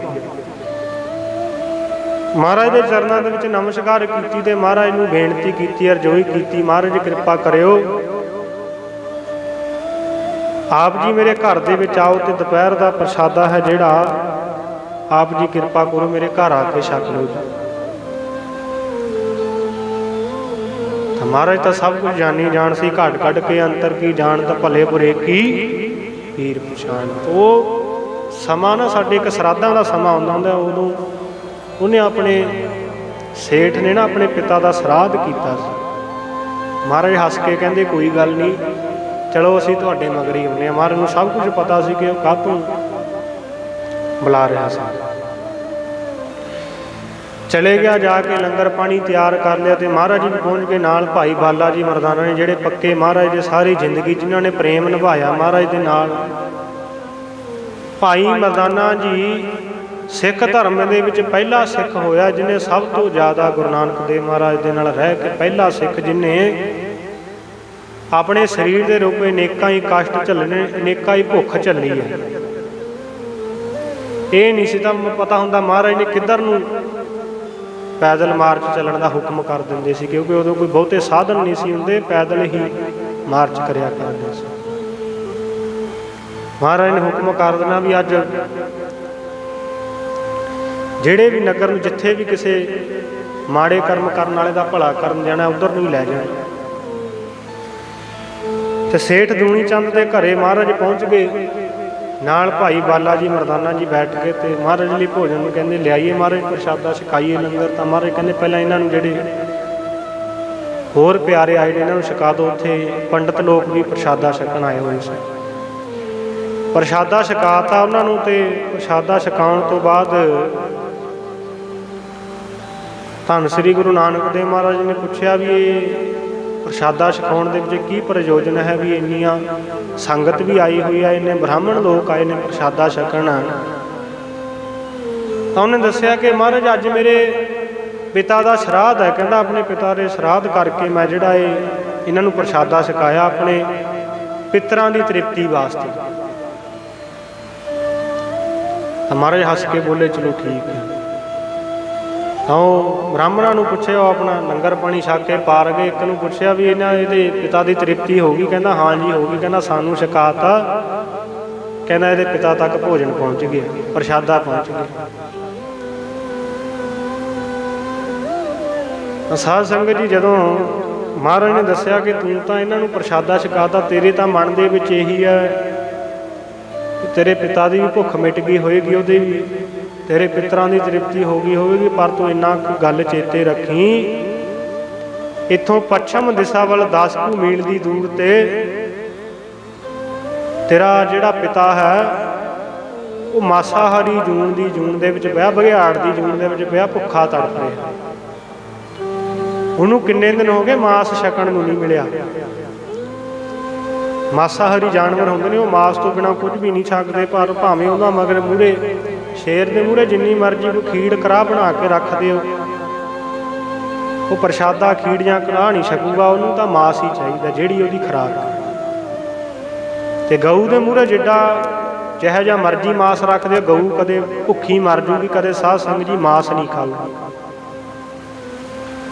ਤੇ ਉਹ ਦੱਸਿਆ ਕਿ ਤੇਰਾ ਪਿਤਾ ਤਾਂ ਇੱਥੋਂ ਪੱਛਮ ਦਿਸ਼ਾ ਦੀ ਵੱਲ 10 ਕੁ ਮੀਲ ਦੀ ਦੂਰੀ ਤੇ ਭੁੱਖਾ ਮਰ ਰਿਹਾ ਬਘਿਆੜ ਦੀ ਜੂਨੀ ਦੇ ਵਿੱਚ। ਧੰਨ ਸ੍ਰੀ ਗੁਰੂ ਨਾਨਕ ਦੇਵ ਮਹਾਰਾਜ ਨੇ ਕਿਹਾ ਕਿ ਭੋਜਨ ਲੈ ਜਾ ਕੇ ਪ੍ਰਸ਼ਾਦ ਲੈ ਜਾ, ਉਹਨੂੰ ਛਕਾ ਦੇ ਜਾ ਕੇ, ਉੱਥੇ ਜਾ ਕੇ ਉਹਦੀ ਤ੍ਰਿਪਤੀ ਹੋਏਗੀ। ਜਿਵੇਂ ਮਹਾਰਾਜ ਨੇ ਦੱਸਿਆ ਸੀ ਤਾਂ ਉਹ ਦੱਸੇ ਅਨੁਸਾਰ ਉਧਰ ਨੂੰ ਚਲੇ ਗਿਆ। ਸੇਠ ਦੂਣੀ ਚੰਦ ਜਾ ਕੇ ਅੱਗੇ ਜਾ ਕੇ ਕੀ ਦੇਖਦਾ, ਇੱਕ ਅੱਧ ਮਰਿਆ ਜਿਹਾ ਬਘਿਆੜ ਪਿਆ, ਉਹ ਬੜੀ ਉਹਨੂੰ ਭੁੱਖ ਮਰੀ ਹੋਈ ਆ, ਉਹਨੂੰ ਕਿੰਨੇ ਦਿਨ ਹੋ ਗਏ ਜਿਵੇਂ ਕੋਈ ਹੱਡ ਨਿਕਲੇ ਪਏ ਉਹਦੇ ਪਿੰਜਰ। ਜਦੋਂ ਉਹਦੇ ਮੂਹਰੇ ਜਾ ਕੇ ਉਹ ਪ੍ਰਸ਼ਾਦ ਰੱਖਿਆ, ਉਹਨੂੰ ਛਕਾਇਆ, ਤਾਂ ਪ੍ਰਸ਼ਾਦ ਛਕਣ ਸਾਰੀ ਸਾਧ ਸੰਗਤ ਜੀ ਉਹਨੇ ਬਘਿਆੜ ਨੇ ਸਵਾਸ ਤਿਆਗ ਤੇ ਉੱਥੇ। ਸਵਾਸ ਤਿਆਗਣ ਤੋਂ ਬਾਅਦ ਜਦੋਂ ਉਹਦੇ ਵਿੱਚੋਂ ਉਹਦੇ ਪਿਤਾ ਦੀ ਰੂਹ ਨਿਕਲੀ, ਤਾਂ ਉਹਨੇ ਆਪਣੇ ਪਿਤਾ ਦੇ ਦਰਸ਼ਨ ਕਰ ਲਏ, ਪਛਾਣ ਲਿਆ ਆਪਣੇ ਪਿਤਾ ਨੂੰ। ਤੇ ਆਪਣੇ ਪਿਤਾ ਨੂੰ ਪੁੱਛਦਾ ਕਿ ਪਿਤਾ ਜੀ ਤੁਸੀਂ ਤਾਂ ਜ਼ਿੰਦਗੀ ਦੇ ਵਿੱਚ ਬੜੇ ਚੰਗੇ ਕਰਮ ਕਰਦੇ ਸੀ, ਬੜਾ ਪੁੰਨਦਾਨ ਕੀਤਾ, ਪਰ ਫੇਰ ਤੁਹਾਨੂੰ ਇਹ ਜੂਨੀ ਕਿਉਂ ਭੋਗਣੀ ਪਈ? ਤੁਸੀਂ ਤਾਂ ਮਾੜੇ ਕਰਮਾਂ ਤੋਂ ਵੀ ਬੜਾ ਬਚਿਆ ਕਰਦੇ ਸੀ, ਬੜਿਆਂ ਨੂੰ ਪੁੰਨਦਾਨ ਕਰਿਆ ਕਰਦੇ ਸੀ। ਤਾਂ ਉਹਨੇ ਦੱਸਿਆ, ਹਾਂ ਮੈਂ ਜ਼ਿੰਦਗੀ ਦੇ ਵਿੱਚ ਬੜਾ ਪੁੰਨਦਾਨ ਕੀਤਾ, ਬੜੇ ਭੁੱਖਿਆਂ ਨੂੰ ਪ੍ਰਸ਼ਾਦਾ ਛਕਾਇਆ, ਬੜੇ ਗਰੀਬਾਂ ਦੀ ਕਹਿੰਦਾ ਜ਼ਿੰਦਗੀ ਦੇ ਵਿੱਚ ਮਦਦ ਵੀ ਕੀਤੀ ਹੈ ਮੈਂ, ਪਰ ਮੇਰੇ ਤੋਂ ਜ਼ਿੰਦਗੀ ਦੇ ਵਿੱਚ ਕਹਿੰਦਾ ਇੱਕ ਗਲਤੀ ਹੋ ਗਈ। ਕਹਿੰਦਾ ਜਦੋਂ ਮੇਰਾ ਅੰਤ ਸਮਾਂ ਹੋਣਾ ਸੀ ਨਾ, ਜਦੋਂ ਮੇਰੇ ਸਵਾਸ ਨਿਕਲਣੇ ਸੀ, ਕਹਿੰਦਾ ਤੇ ਗਵਾਂਢ ਦੇ ਵਿੱਚ ਕਿਤੇ ਮਾਸ ਨੂੰ ਤੜਕਾ ਲਾਉਂਦੇ ਸੀ, ਮਾਸ ਰਿੰਨ੍ਹਦੇ ਸੀ, ਕਿਉਂਕਿ ਵਾਸ਼ਨਾ ਨੂੰ ਜਨਮ ਹੈ ਇੱਥੇ। ਉਹ ਵਾਸ਼ਨਾ ਜਿਹੜੀ ਆ ਕੇ ਮੇਰੇ ਕਹਿੰਦੇ ਨੱਕ ਦੇ ਵਿੱਚ ਪੈ ਗਈ, ਤੇ ਮੇਰਾ ਮਨ ਸੀ ਜਿਹੜਾ ਉਧਰ ਨੂੰ ਚਲੇ ਗਿਆ ਮਾਸ ਵਾਲੇ। ਇੱਧਰੋਂ ਪਰਮਾਤਮਾ ਦੇ ਨਾਲੋਂ ਮੇਰੀ ਬਿਰਤੀ ਟੁੱਟ ਗਈ ਤੇ ਧਿਆਨ ਮੇਰਾ ਉਧਰ ਮਾਸ ਵੱਲ ਚਲੇ ਗਿਆ। ਜਦੋਂ ਮਾਸ ਵੱਲ ਧਿਆਨ ਗਿਆ ਤੇ ਉਸੇ ਵੇਲੇ ਮੈਂ ਸਵਾਸ ਤਿਆਗ ਗਿਆ, ਮੇਰਾ ਅੰਤ ਸਮਾਂ ਹੋ ਗਿਆ, ਤਾਂ ਉਸੇ ਵੇਲੇ ਮੈਂ ਸਵਾਸ ਤਿਆਗ ਦਿੱਤੇ। ਕਹਿੰਦਾ ਮੈਨੂੰ ਇਸ ਕਰਕੇ ਬਘਿਆੜੀ ਪਰਮੇਸ਼ਵਰ ਨੇ ਕਿਹਾ ਕਿ ਅੰਤ ਵੇਲੇ ਤੂੰ ਮੈਨੂੰ ਨਹੀਂ ਸਿਮਰਿਆ, ਅੰਤ ਵੇਲੇ ਪਰਮਾਤਮਾ ਦਾ ਨਾਮ ਜਪਣਾ। ਸਾਧ ਸੰਗਤ ਜੀ, ਅੰਤ ਵੇਲੇ ਵੀ ਜੇ ਪਰਮਾਤਮਾ ਦੇ ਮੁਖੋਂ ਜਦੋਂ ਸਵਾਸ ਨਿਕਲਦੇ ਨੇ, ਕਿਉਂਕਿ ਅੰਤ ਤਾਂ ਹਰ ਇੱਕ ਦਾ ਹੋਣਾ ਹੈ, ਦੇਹੀ ਤਾਂ ਹਰ ਇੱਕ ਨੇ ਇੱਥੇ ਤਿਆਗ ਕੇ ਜਾਣੀ ਹੈ। ਜੇ ਵਾਹਿਗੁਰੂ ਦਾ ਨਾਮ ਨਿਕਲ ਜਾਵੇ ਨਾ ਮੂੰਹ ਚੋਂ, ਫਿਰ ਵੀ ਮੁਕਤੀ ਦਾ ਕੋਈ ਸਾਧਨ ਬਣ ਜਾਂਦਾ, ਜਾ ਕੇ ਪ੍ਰਮਾਤਮਾ ਦੇ ਚਰਨਾਂ ਦੇ ਵਿੱਚ ਢੋਈ ਮਿਲ ਜਾਂਦੀ। ਤੇ ਉਹ ਸੇਠ ਦੂਣੀ ਚੰਦ ਦਾ ਪਿਤਾ ਨੇ ਦੱਸਿਆ, ਭਾਵੇਂ ਮੇਰਾ ਕੋਈ ਬਹੁਤਾ ਜ਼ਿਆਦਾ ਇੰਨੀ ਬੰਦਗੀ ਨਹੀਂ ਸੀ, ਕਹਿੰਦਾ ਮੈਂ ਕੋਈ ਨਾਮ ਨਹੀਂ ਸੀ ਜਪਦਾ, ਥੋੜ੍ਹਾ ਬਹੁਤਾ ਬੰਦਗੀ ਕਰਦਾ ਸੀ, ਕਹਿੰਦਾ ਨਾਮ ਜਪਦਾ ਸੀ ਤੇ ਪੁੰਨ ਦਾਨ ਵੀ ਕਰਦਾ ਸੀ, ਮਾੜੇ ਕਰਮਾਂ ਤੋਂ ਵੀ ਬਚਦਾ ਸੀ, ਭਾਵੇਂ ਜ਼ਿੰਦਗੀ ਦੇ ਵਿੱਚ ਕਦੇ ਮਾਸ ਨੂੰ ਹੱਥ ਨਹੀਂ ਸੀ ਲਾਇਆ, ਕਦੇ ਕੋਈ ਜੀਵ ਹੱਤਿਆ ਨਹੀਂ ਸੀ ਕੀਤੀ, ਪਰ ਅੰਤ ਵੇਲੇ ਮੇਰਾ ਕਹਿੰਦਾ ਧਿਆਨ ਮਾਸ ਵੱਲ ਚਲੇ ਗਿਆ, ਤਾਂ ਕਰਕੇ ਮੈਨੂੰ ਆ ਜਿਹੜਾ ਇਹ ਬਘਿਆੜ ਵਾਲੀ ਜੁਗਨੀ ਕਹਿੰਦਾ ਭੋਗਣੀ ਪੈ ਗਈ। ਤਾਂ ਉਹਦੇ ਪਿਤਾ ਨੇ ਦੱਸਿਆ, ਤੇਰੇ ਘਰ ਪਰਮੇਸ਼ਰ ਆਪ ਚੱਲ ਕੇ ਆਇਆ, ਜਾ ਕੇ ਆਪਣਾ ਜੀਵਨ ਸਫਲ ਬਣਾਉਣਾ, ਕੋਈ ਮੁਕਤੀ ਦਾ ਸਾਧਨ ਲੱਭ ਲਾ। ਇਹ ਪੁੰਨ ਕਰਮ ਜਿਹੜੇ ਕੀਤੇ ਨੇ ਤਾਂ ਰਾਹ 'ਚ ਜਾਂਦਿਆਂ ਹੀ ਜੰਮ ਖੋਹ ਲੈਂਦੇ ਨੇ। ਜਦੋਂ ਜੰਮ ਲੈ ਕੇ ਜਾਂਦੇ ਨੇ ਉਹ ਰਸਤਿਆਂ ਦੇ ਉੱਤੇ, ਸਾਧ ਸੰਗਤ ਜੀ, ਉਸ ਵੇਲੇ ਜੇ ਸਾਨੂੰ ਕਿਸੇ ਅਸੀਂ ਭੁੱਖੇ ਬੰਦੇ ਨੂੰ ਪ੍ਰਸ਼ਾਦਾ ਛਕਾਇਆ ਹੋਏਗਾ ਨਾ, ਤਾਂ ਰਾਹ 'ਚ ਜਾਂਦੇ ਸਾਨੂੰ ਉੱਥੇ ਭੁੱਖ ਵੀ ਲੱਗਣੀ ਹੈ, ਤਾਂ ਉੱਥੇ ਹੀ ਸਾਨੂੰ ਸਾਡਾ ਨਿਬੇੜਾ ਕਰ ਦੇਣਾ, ਉੱਥੇ ਹੀ ਸਾਡਾ ਲੇਖਾ ਜਿਹੜਾ ਉਹ ਪ੍ਰਸ਼ਾਦਾ ਛਕਾ ਕੇ ਮੁਕਾ ਦੇਣਾ। ਤੇ ਕਿਸੇ ਨੂੰ ਜੇ ਪਿਆਸੇ ਨੂੰ ਜਲ ਛਕਾਇਆ ਹੋਊਗਾ ਤਾਂ ਉਹ ਜਲ ਪਿਆਉਣ ਦਾ ਵੀ ਤੇਰਾ ਜਿਹੜਾ ਉਹ ਲੇਖਾ ਹੈ, ਉੱਥੇ ਰਾਹ 'ਚ ਜਾਂਦੇ ਤੈਨੂੰ ਗਰਮੀ ਲੱਗੂ, ਪਿਆਸ ਲੱਗੂ, ਉੱਥੇ ਹੀ ਜਮਾਂ ਨੇ ਖੋਹ ਲੈਣਾ, ਤੈਨੂੰ ਜਲ ਪਿਆ ਕੇ ਉੱਥੇ ਹੀ ਤੇਰਾ ਲੇਖਾ ਖਤਮ ਕਰ ਦੇ। ਕਿਉਂਕਿ ਰਾੜਾ ਸਾਹਿਬ ਵਾਲੇ ਮਹਾਂਪੁਰਖ ਬਚਨ ਕਰਿਆ ਕਰਦੇ ਸਨ, ਉਹਨਾਂ ਦੇ ਦੀਵਾਨਾਂ ਦੇ ਵਿੱਚ ਸੁਣਦੇ ਆ ਅਕਸਰ, ਕਹਿੰਦੇ ਜੀ ਇੱਕ ਟਾਈਮ ਦਾ ਪ੍ਰਸ਼ਾਦਾ ਛਕਿਆ ਹੋਇਆ ਸਾਡਾ, ਜੇ 5 ਵਾਰੀ ਜਪਜੀ 5 ਜਪਜੀ ਸਾਹਿਬ ਦੇ ਪਾਠ ਕਰਦੇ ਆ ਨਾ, ਤਾਂ ਇੱਕ ਟਾਈਮ ਦਾ ਛਕਿਆ ਹੋਇਆ ਪ੍ਰਸ਼ਾਦਾ ਉਹ ਲੇਖੇ ਦੇ ਵਿੱਚ ਪੈਂਦਾ। ਕੋ ਸਤਨਾਮ ਸ੍ਰੀ। ਜੇ ਅਸੀਂ ਜਿੰਨਾ ਕੁ ਛਕਦੇ ਹਾਂ ਉਨੀ ਕੁ ਸੇਵਾ ਕਰਾਂਗੇ, ਸਿਮਰਨ ਕਰਾਂਗੇ, ਤਾਂ ਲੇਖੇ ਦੇ ਵਿੱਚ ਪਊਗਾ, ਉਹ ਖਾਧਾ ਹੋਇਆ ਕਿਸੇ ਲੇਖੇ ਦੇ ਵਿੱਚ ਨਹੀਂ ਪੈਣਾ। ਇਹ ਬਾਣੀ ਦਾ ਫੈਸਲਾ ਹੈ। ਤਾਂ ਆਪਣੇ ਪਿਤਾ ਦੇ ਦੱਸੇ ਅਨੁਸਾਰ ਵਾਪਸ ਭੱਜਿਆ ਜਾਂਦਾ, ਮਹਾਰਾਜ ਦੇ ਚਰਨਾਂ ਦੇ ਵਿੱਚ ਢਹਿ ਪਿਆ, ਕਹਿੰਦਾ ਮਹਾਰਾਜ ਜੀ ਕਿਰਪਾ ਕਰੋ, ਸਾਰੀ ਜ਼ਿੰਦਗੀ ਅਗਿਆਨਤਾ ਦਾ ਪਰਦਾ ਮਨ ਤੇ ਪਿਆ ਰਿਹਾ, ਮਾਇਆ ਦਾ ਬੋਝ ਮਨ ਤੇ ਪਿਆ ਰਿਹਾ, ਹੰਕਾਰ ਦੇ ਵਿੱਚ ਤੁਰਿਆ ਫਿਰੀ ਗਿਆ, ਕਿਰਪਾ ਕਰੋ ਮੈਨੂੰ ਕੋਈ ਮੁਕਤੀ ਦਾ ਸਾਧਨ ਦੱਸੋ, ਮੈਨੂੰ ਆਪ ਜੀ ਦੇ ਚਰਨਾਂ ਦੇ ਨਾਲ ਜੋੜ। ਤਾਂ ਮਹਾਰਾਜ ਜੀ ਕਹਿੰਦੇ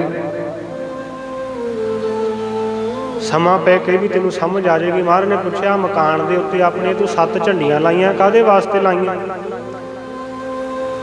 ਤਾਂ ਉਹਨੇ ਦੱਸਿਆ, ਸੰਗਤ ਜੀ ਉਸ ਸਮੇਂ ਜੇ ਕਿਸੇ ਦੇ ਮਕਾਨ ਤੇ 1 ਝੰਡੀ ਹੁੰਦੀ ਸੀ ਤਾਂ ਉਹਦੇ ਕੋਲ 1 ਕਰੋੜ ਰੁਪਈਆ, ਜਿਹਦੇ ਕੋਲ 2 ਝੰਡੀਆਂ ਉਹਦੇ ਕੋਲ 2 ਕਰੋੜ, ਇਸ ਹਿਸਾਬ ਨਾਲ ਉਹਦੇ ਕੋਲ 7 ਝੰਡੀਆਂ ਉਹਨੇ ਆਪਣੇ ਮਕਾਨ ਤੇ ਲਾਈਆਂ ਸੀ ਸੇਠ ਦੂਣੀ ਚੰਦ ਨੇ।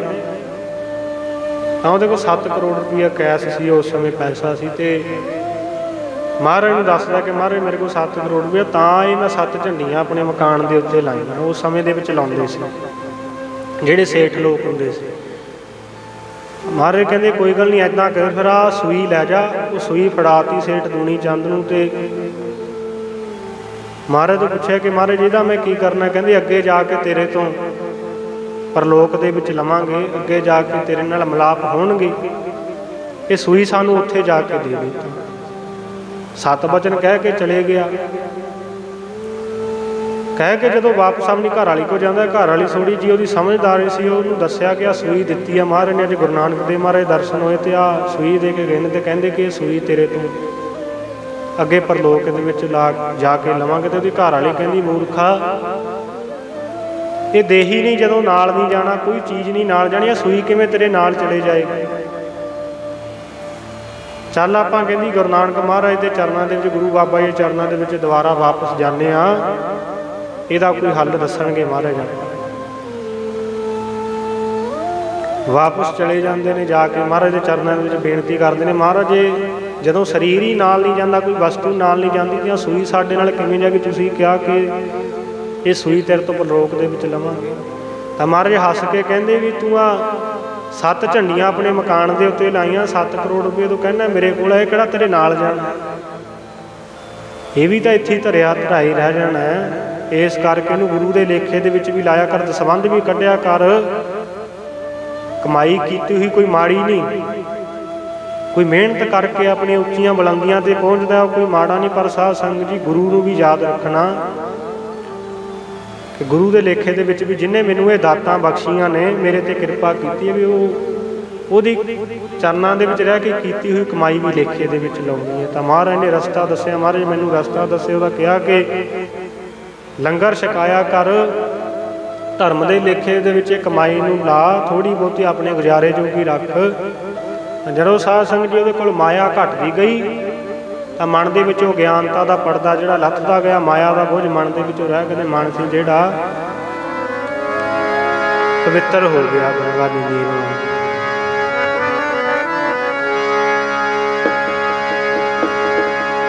ਉਹ ਮਨ ਹੋ ਗਿਆ ਗੰਗਾ ਦੇ ਨੀਰ ਵਰਗਾ, ਪਿੱਛੇ ਲੱਗਿਆ ਰਾਮ ਫਿਰੇ। ਮਨ ਹੋ ਗਿਆ ਗੰਗਾ ਦੇ ਨੀਰ ਵਰਗਾ, ਪਿੱਛੇ ਲੱਗਿਆ ਰਾਮ ਫਿਰੇ।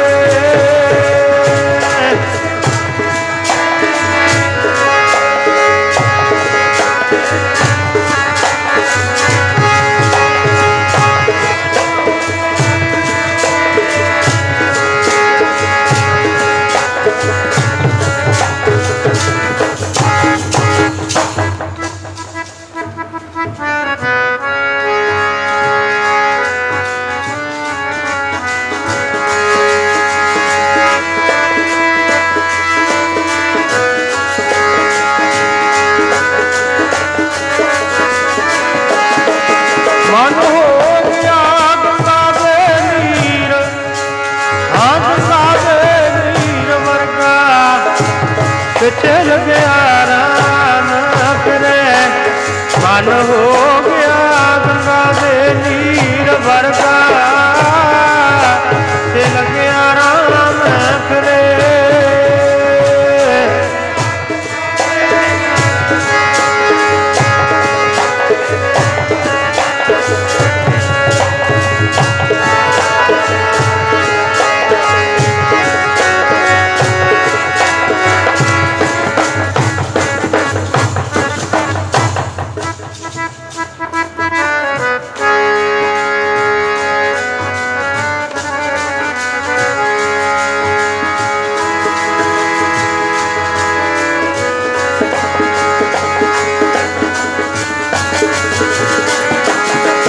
ਮੇਰੇ ਪਿਆਰੇ ਪਿੱਛੇ ਲੱਗਿਆ ਰਾਮ ਤੇਰੇ, ਪਿਆਰੇ ਦੀ ਪਿੱਛੇ ਲੱਗਿਆ ਰਾਮ ਤੇਰੇ।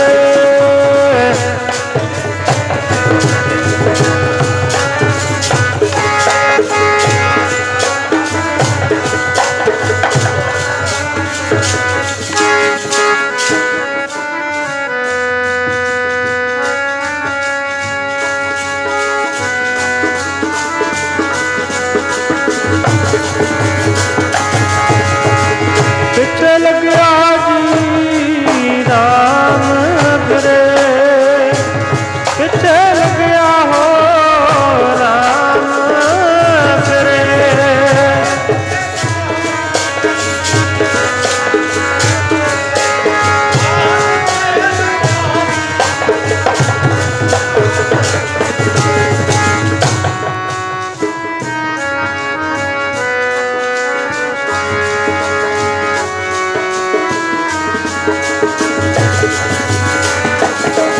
ਮਨ ਹੋ ਗਿਆ ਗੰਗਾ ਦੇ ਨੀਰ, ਹਾਂ ਗੰਗਾ ਦੇ ਨੀਰ ਵਰਗਾ, ਪਿੱਛੇ ਲੱਗਿਆ ਰਾਮ ਫਿਰੇ। ਮਨ ਹੋ ਗਿਆ ਗੰਗਾ ਦੇ ਨੀਰ ਵਰਗਾ, ਪਿੱਛੇ ਲੱਗਿਆ ਰਾਮ ਫਿਰੇ।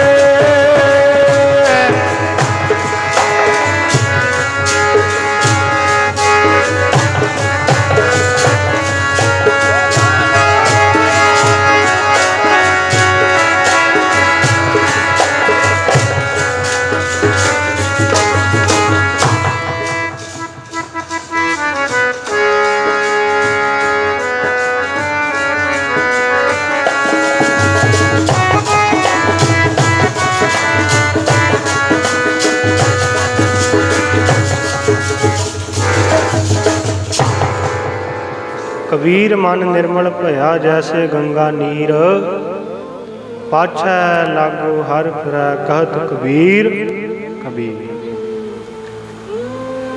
ਸੇਠ ਦੂਣੀ ਚੰਦ ਦੇ ਜਦੋਂ ਮਨ ਦੇ ਉੱਤੋਂ ਗਿਆਨਤਾ ਦਾ ਪਰਦਾ ਲਹਿ ਗਿਆ, ਮਾਇਆ ਦਾ ਮੋਹ ਸੀ ਜਿਹੜਾ ਉਹ ਖਤਮ ਹੋ ਗਿਆ। ਉਸੇ ਵੇਲੇ ਬਿਰਤੀ ਸੀ ਜਿਹੜੀ ਉਹ ਇਹ ਮਾਇਆ ਦਾ ਨਾਲੋਂ ਬਿਰਤੀ ਟੁੱਟ ਕੇ ਜਾ ਕੇ ਸਿੱਧੀ ਪਰਮਾਤਮਾ ਦੇ ਨਾਲ ਜੁੜ ਗਈ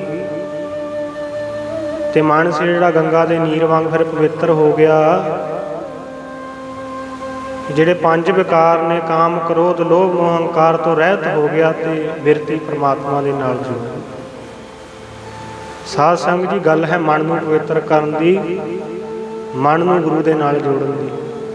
ਜਿਸ ਦਿਨ ਮਨ ਜੁੜ ਗਿਆ, ਮਨ ਦੇ ਉੱਤੇ ਜਾਂ ਤਾਂ ਪ੍ਰੇਮ ਪੈਦਾ ਹੋ ਗਿਆ ਜਾਂ ਜਮਾਂ ਦੀਆਂ ਮਾਰਾਂ ਦਾ ਭੈ ਆਉਣ ਲੱਗ ਗਿਆ, ਉਸੇ ਵੇਲੇ ਪਰਮਾਤਮਾ ਦੀ ਬੰਦਗੀ ਹੈ ਜਿਹੜੀ ਹੋਣੀ ਸ਼ੁਰੂ ਹੋ ਜੂ। ਨਾਮ ਜਪਣ ਦੀ ਜਿਹੜੀ ਜੁਗਤੀ ਆ ਉਹ ਵੀ ਸ਼ੁਰੂ। ਸੋ ਮਹਾਰਾਜ ਕਿਰਪਾ ਕਰਨ, ਵਿਛੜੀ ਰੂਹ ਨੂੰ ਕਿਰਪਾ ਕਰਨ, ਆਪਣੇ ਚਰਨਾਂ ਦੇ ਵਿੱਚ ਨਿਵਾਸ ਬਖਸ਼ਣ। ਹੁਣ ਸਾਰੀ ਸੰਗਤ ਨੇ ਆਓ ਲਾਸਟ ਧਾਰਨਾ ਸ਼ਬਦ ਪੜ੍ਹ ਕੇ ਆਨੰਦ ਸਾਹਿਬ ਦੇ ਵਿੱਚ ਰਸਨਾ ਪਵਿੱਤਰ ਕਰਨੀ ਹੈ। ਤੇ ਮਹਾਰਾਜ ਸਾਰੀ ਸੰਗਤ ਰਲ ਮਿਲ ਕੇ ਅਰਦਾਸ ਕਰਿਓ ਕਿ ਆਪਣੇ ਚਰਨਾਂ ਦੇ ਵਿੱਚ ਨਿਵਾਸ ਬਖਸ਼ਿਓ। ਤੇ ਜਿੰਨੀ ਵੀ ਸੰਗਤ ਇਸ ਟਾਈਮ ਭਾਈ ਸਾਹਿਬ ਭਾਈ ਸਰਦਾਰ ਉਜਾਗਰ ਸਿੰਘ ਜੀ ਦੀ ਅੰਤਮ ਅਰਦਾਸ ਦੇ ਵਿੱਚ ਪਹੁੰਚੀ ਹੈ, ਸਾਰੀ ਸੰਗਤ ਦਾ ਬਹੁਤ ਬਹੁਤ ਧੰਨਵਾਦ। ਜੋ ਭਾਈ ਮੇਜਰ ਸਿੰਘ ਜਿਨ੍ਹਾਂ ਨੇ ਬੜਾ ਮਹਾਰਾਜ ਦੀ ਇਹਨਾਂ ਦੇ ਕਿਰਪਾ ਹੈ, ਜੋ ਗੁਰੂ ਵਾਲੇ ਬਣੇ ਹਨ ਉਸ ਟਾਈਮ, ਉਹਨਾਂ ਨੇ ਆਪਣੇ ਬਾਪੂ ਜੀ ਦੀ ਬੜੀ ਸੇਵਾ ਕੀਤੀ। ਅੱਧੀ ਅੱਧੀ ਰਾਤ ਨੂੰ ਉੱਠ ਕੇ ਵੀ, ਕਿਉਂਕਿ 1-1:30 ਵਜੇ ਤਾਂ ਕਹਿੰਦੇ ਅਸੀਂ ਆਮ ਇਹ ਕਹਿੰਦੇ ਉੱਠ ਜਾਂਦੇ ਹਾਂ, ਵੀ ਸਹਿਜ ਪਾਠ ਦੀ ਬਾਣੀ ਵੀ ਪੜ੍ਹਦੇ ਨੇ ਇਸ਼ਨਾਨ ਪਾਣੀ ਕਰਕੇ, ਤੇ ਉਹਨਾਂ ਨੂੰ ਵੀ ਨਾਲ ਹੀ ਜੋ ਉਹਨਾਂ ਦੀ ਖੁਰਾਕ ਸੀ ਚਾਹ ਪਾਣੀ ਦੁੱਧ ਉਹਨਾਂ ਨੂੰ ਛਕਾਉਂਦੇ ਸਨ ਉੱਠ ਕੇ।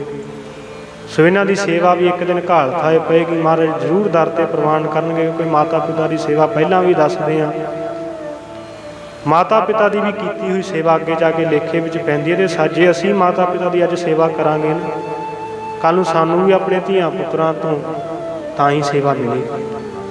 ਜਿਹਨੇ ਆਪਣੇ ਮਾਤਾ ਪਿਤਾ ਨੂੰ ਵੀ ਨਾ ਸਾਂਭਿਆ, ਫਿਰ ਅੱਗੇ ਜਾ ਕੇ ਫਿਰ ਉਹਦੇ ਧੀਆਂ ਪੁੱਤਰ ਵੀ ਉਵੇਂ ਹੀ ਹੋਣਗੇ। ਸੋ ਇਹਨਾਂ ਨੇ ਆਪਣੇ ਭਾਈ ਉਜਾਗਰ ਸਿੰਘ ਜੀ ਦੇ ਸੁਪੁੱਤਰ ਸਰਦਾਰ ਮੇਜਰ ਸਿੰਘ ਜੀ ਨੇ ਬੜੀ ਜੋ ਆਪਣੇ ਪਿਤਾ ਜੀ ਦੀ ਸੇਵਾ ਕੀਤੀ। ਸੋ ਮਹਾਰਾਜ ਜੀ ਕਿਰਪਾ ਕਰਨ, ਇਹੋ ਜਿਹਾ ਆਗਿਆਕਾਰੀ ਪੁੱਤਰ ਘਰ ਘਰ ਜੰਮਣ। ਸੋ ਸਾਧ ਸੰਗਤ ਜੀ ਹੁਣ ਲਾਸਟ ਧਾਰਨਾ ਸ਼ਬਦ ਪੜ੍ਹ ਕੇ ਆਨੰਦ ਸਾਹਿਬ ਦੇ ਵਿੱਚ ਸਾਰੀ ਸੰਗਤ ਰਸਨਾ ਪਵਿੱਤਰ ਕਰੋ ਜੀ। ਕਿੱਥੇ ਤੁਰ ਗਏ ਮਾਪੇ ਜਿਹੜੇ ਲਾਡ ਲਡਾਉਂਦੇ ਸੀ, ਕਿੱਥੇ ਤੁਰ ਗਏ ਮਾਪੇ ਜਿਹੜੇ ਲਾਡ ਲਡਾਉਂਦੇ ਸੀ।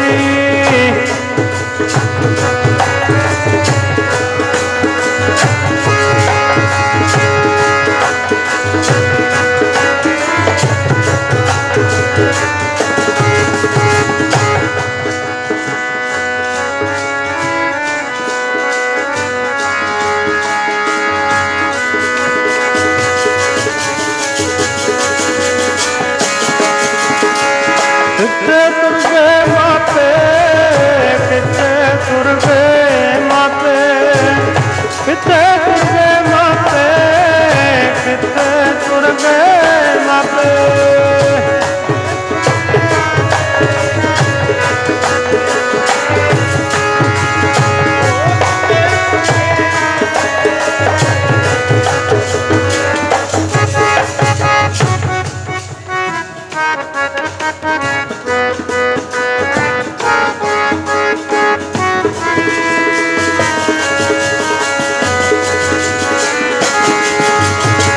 ਕਿੱਥੇ ਤੁਰ ਗਏ ਮਾਪੇ ਜਿਹੜੇ ਲਾਡ ਲਡਾਉਂਦੇ ਸੀ, ਕਿੱਥੇ ਤੁਰ ਗਏ ਮਾਪੇ ਜਿਹੜੇ ਲਾਡ ਲਡਾਉਂਦੇ ਸੀ।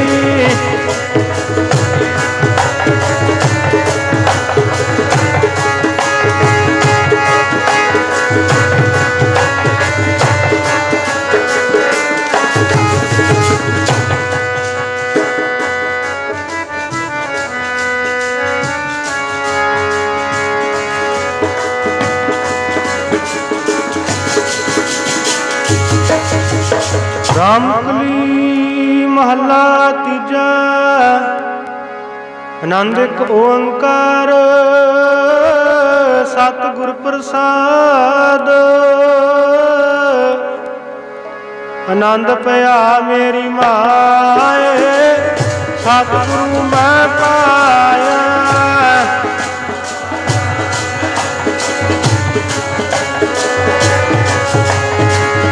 ਰਾਗ ਰਤਨ ਪਰਵਾਰ ਕਰਿਆ ਸ਼ਬਦ ਗਾਵਣ ਆਇਆ।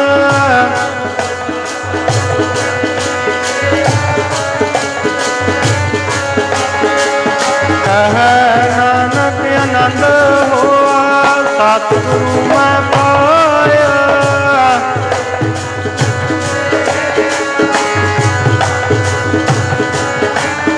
ਹਰ ਨਾਲ ਰਹੋ ਤੂੰ ਮਨ ਮੇਰੇ ਦੂਤ ਸਾਗਰ ਸਾਰਨਾ।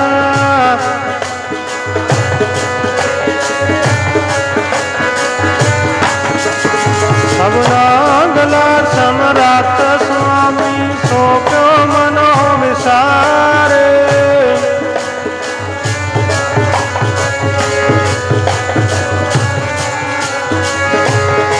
ਸਾਚੇ ਸਾਹਿਬਾ ਕਿਆ ਨਹੀਂ ਕਰਦੇ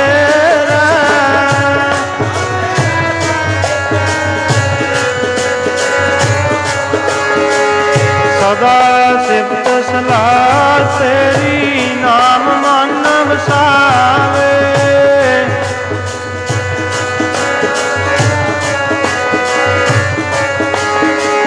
ਕਹਿ ਨਾਨਕ ਸੱਚੇ ਸਾਹਿਬ ਕਿਆ ਨਹੀਂ ਕਰ ਤੇਰਾ ਸਾਚਾ।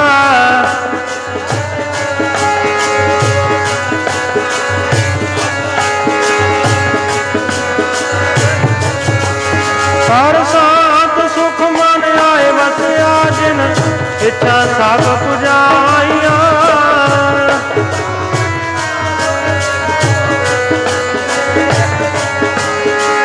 ਕਹਿ ਨਾਨਕ ਸੁਣੋ ਸੰਤੋ ਸ਼ਬਦ ਕਰੋ ਪਿਆਰੋ ਸਾਚਾ।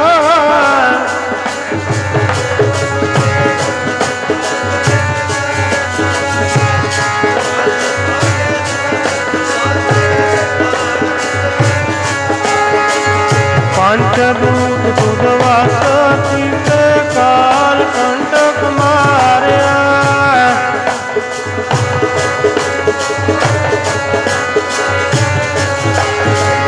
ਕਹਿ ਨਾਨਕ ਤੈ ਸੁਖ ਹੋਆ ਤਿਤ ਕਰ ਅਨਹਦ ਬਾਜੇ। ਆਨੰਦ ਸੁਨੋ ਵੱਡ ਭਾਗਿਓ ਸਗਲ ਮਨੋਰਥ ਪੂਰੇ।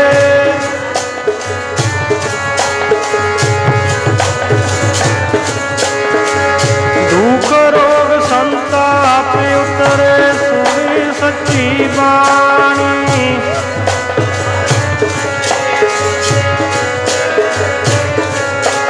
ਸੁਣ ਤੇ ਪੁਨੀਤ ਕਹਤੇ ਪਵਿੱਤ ਸਤਿਗੁਰ ਰਹਿਆ ਭਰਪੂਰੇ।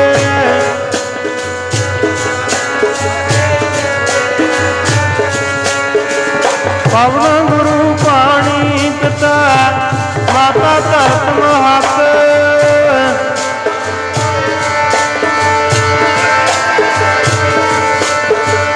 ਚੰਗਿਆਈਆਂ ਬੁਰਿਆਈਆਂ ਵਾਚਾ ਕਰਮ ਹਦੂਰ।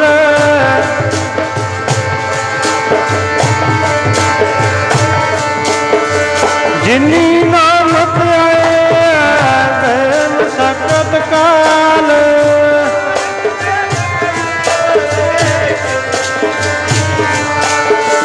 ਜਿਨੀ ਨਾਮਤ ਆਇਆ ਗਏ ਮਸਕਤ ਕਾਲ।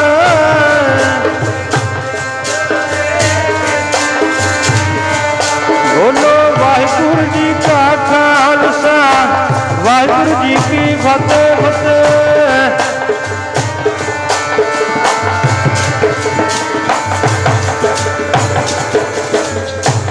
ਵਾਹਿਗੁਰੂ ਜੀ ਕਾ ਖਾਲਸਾ ਵਾਹਿਗੁਰੂ ਜੀ ਤੂੰ ਠਾਕੁਰ ਤੁਮ ਪਹਿ ਅਰਦਾਸ ਜਿਉ ਸਾਰੀ। ਤੁਮ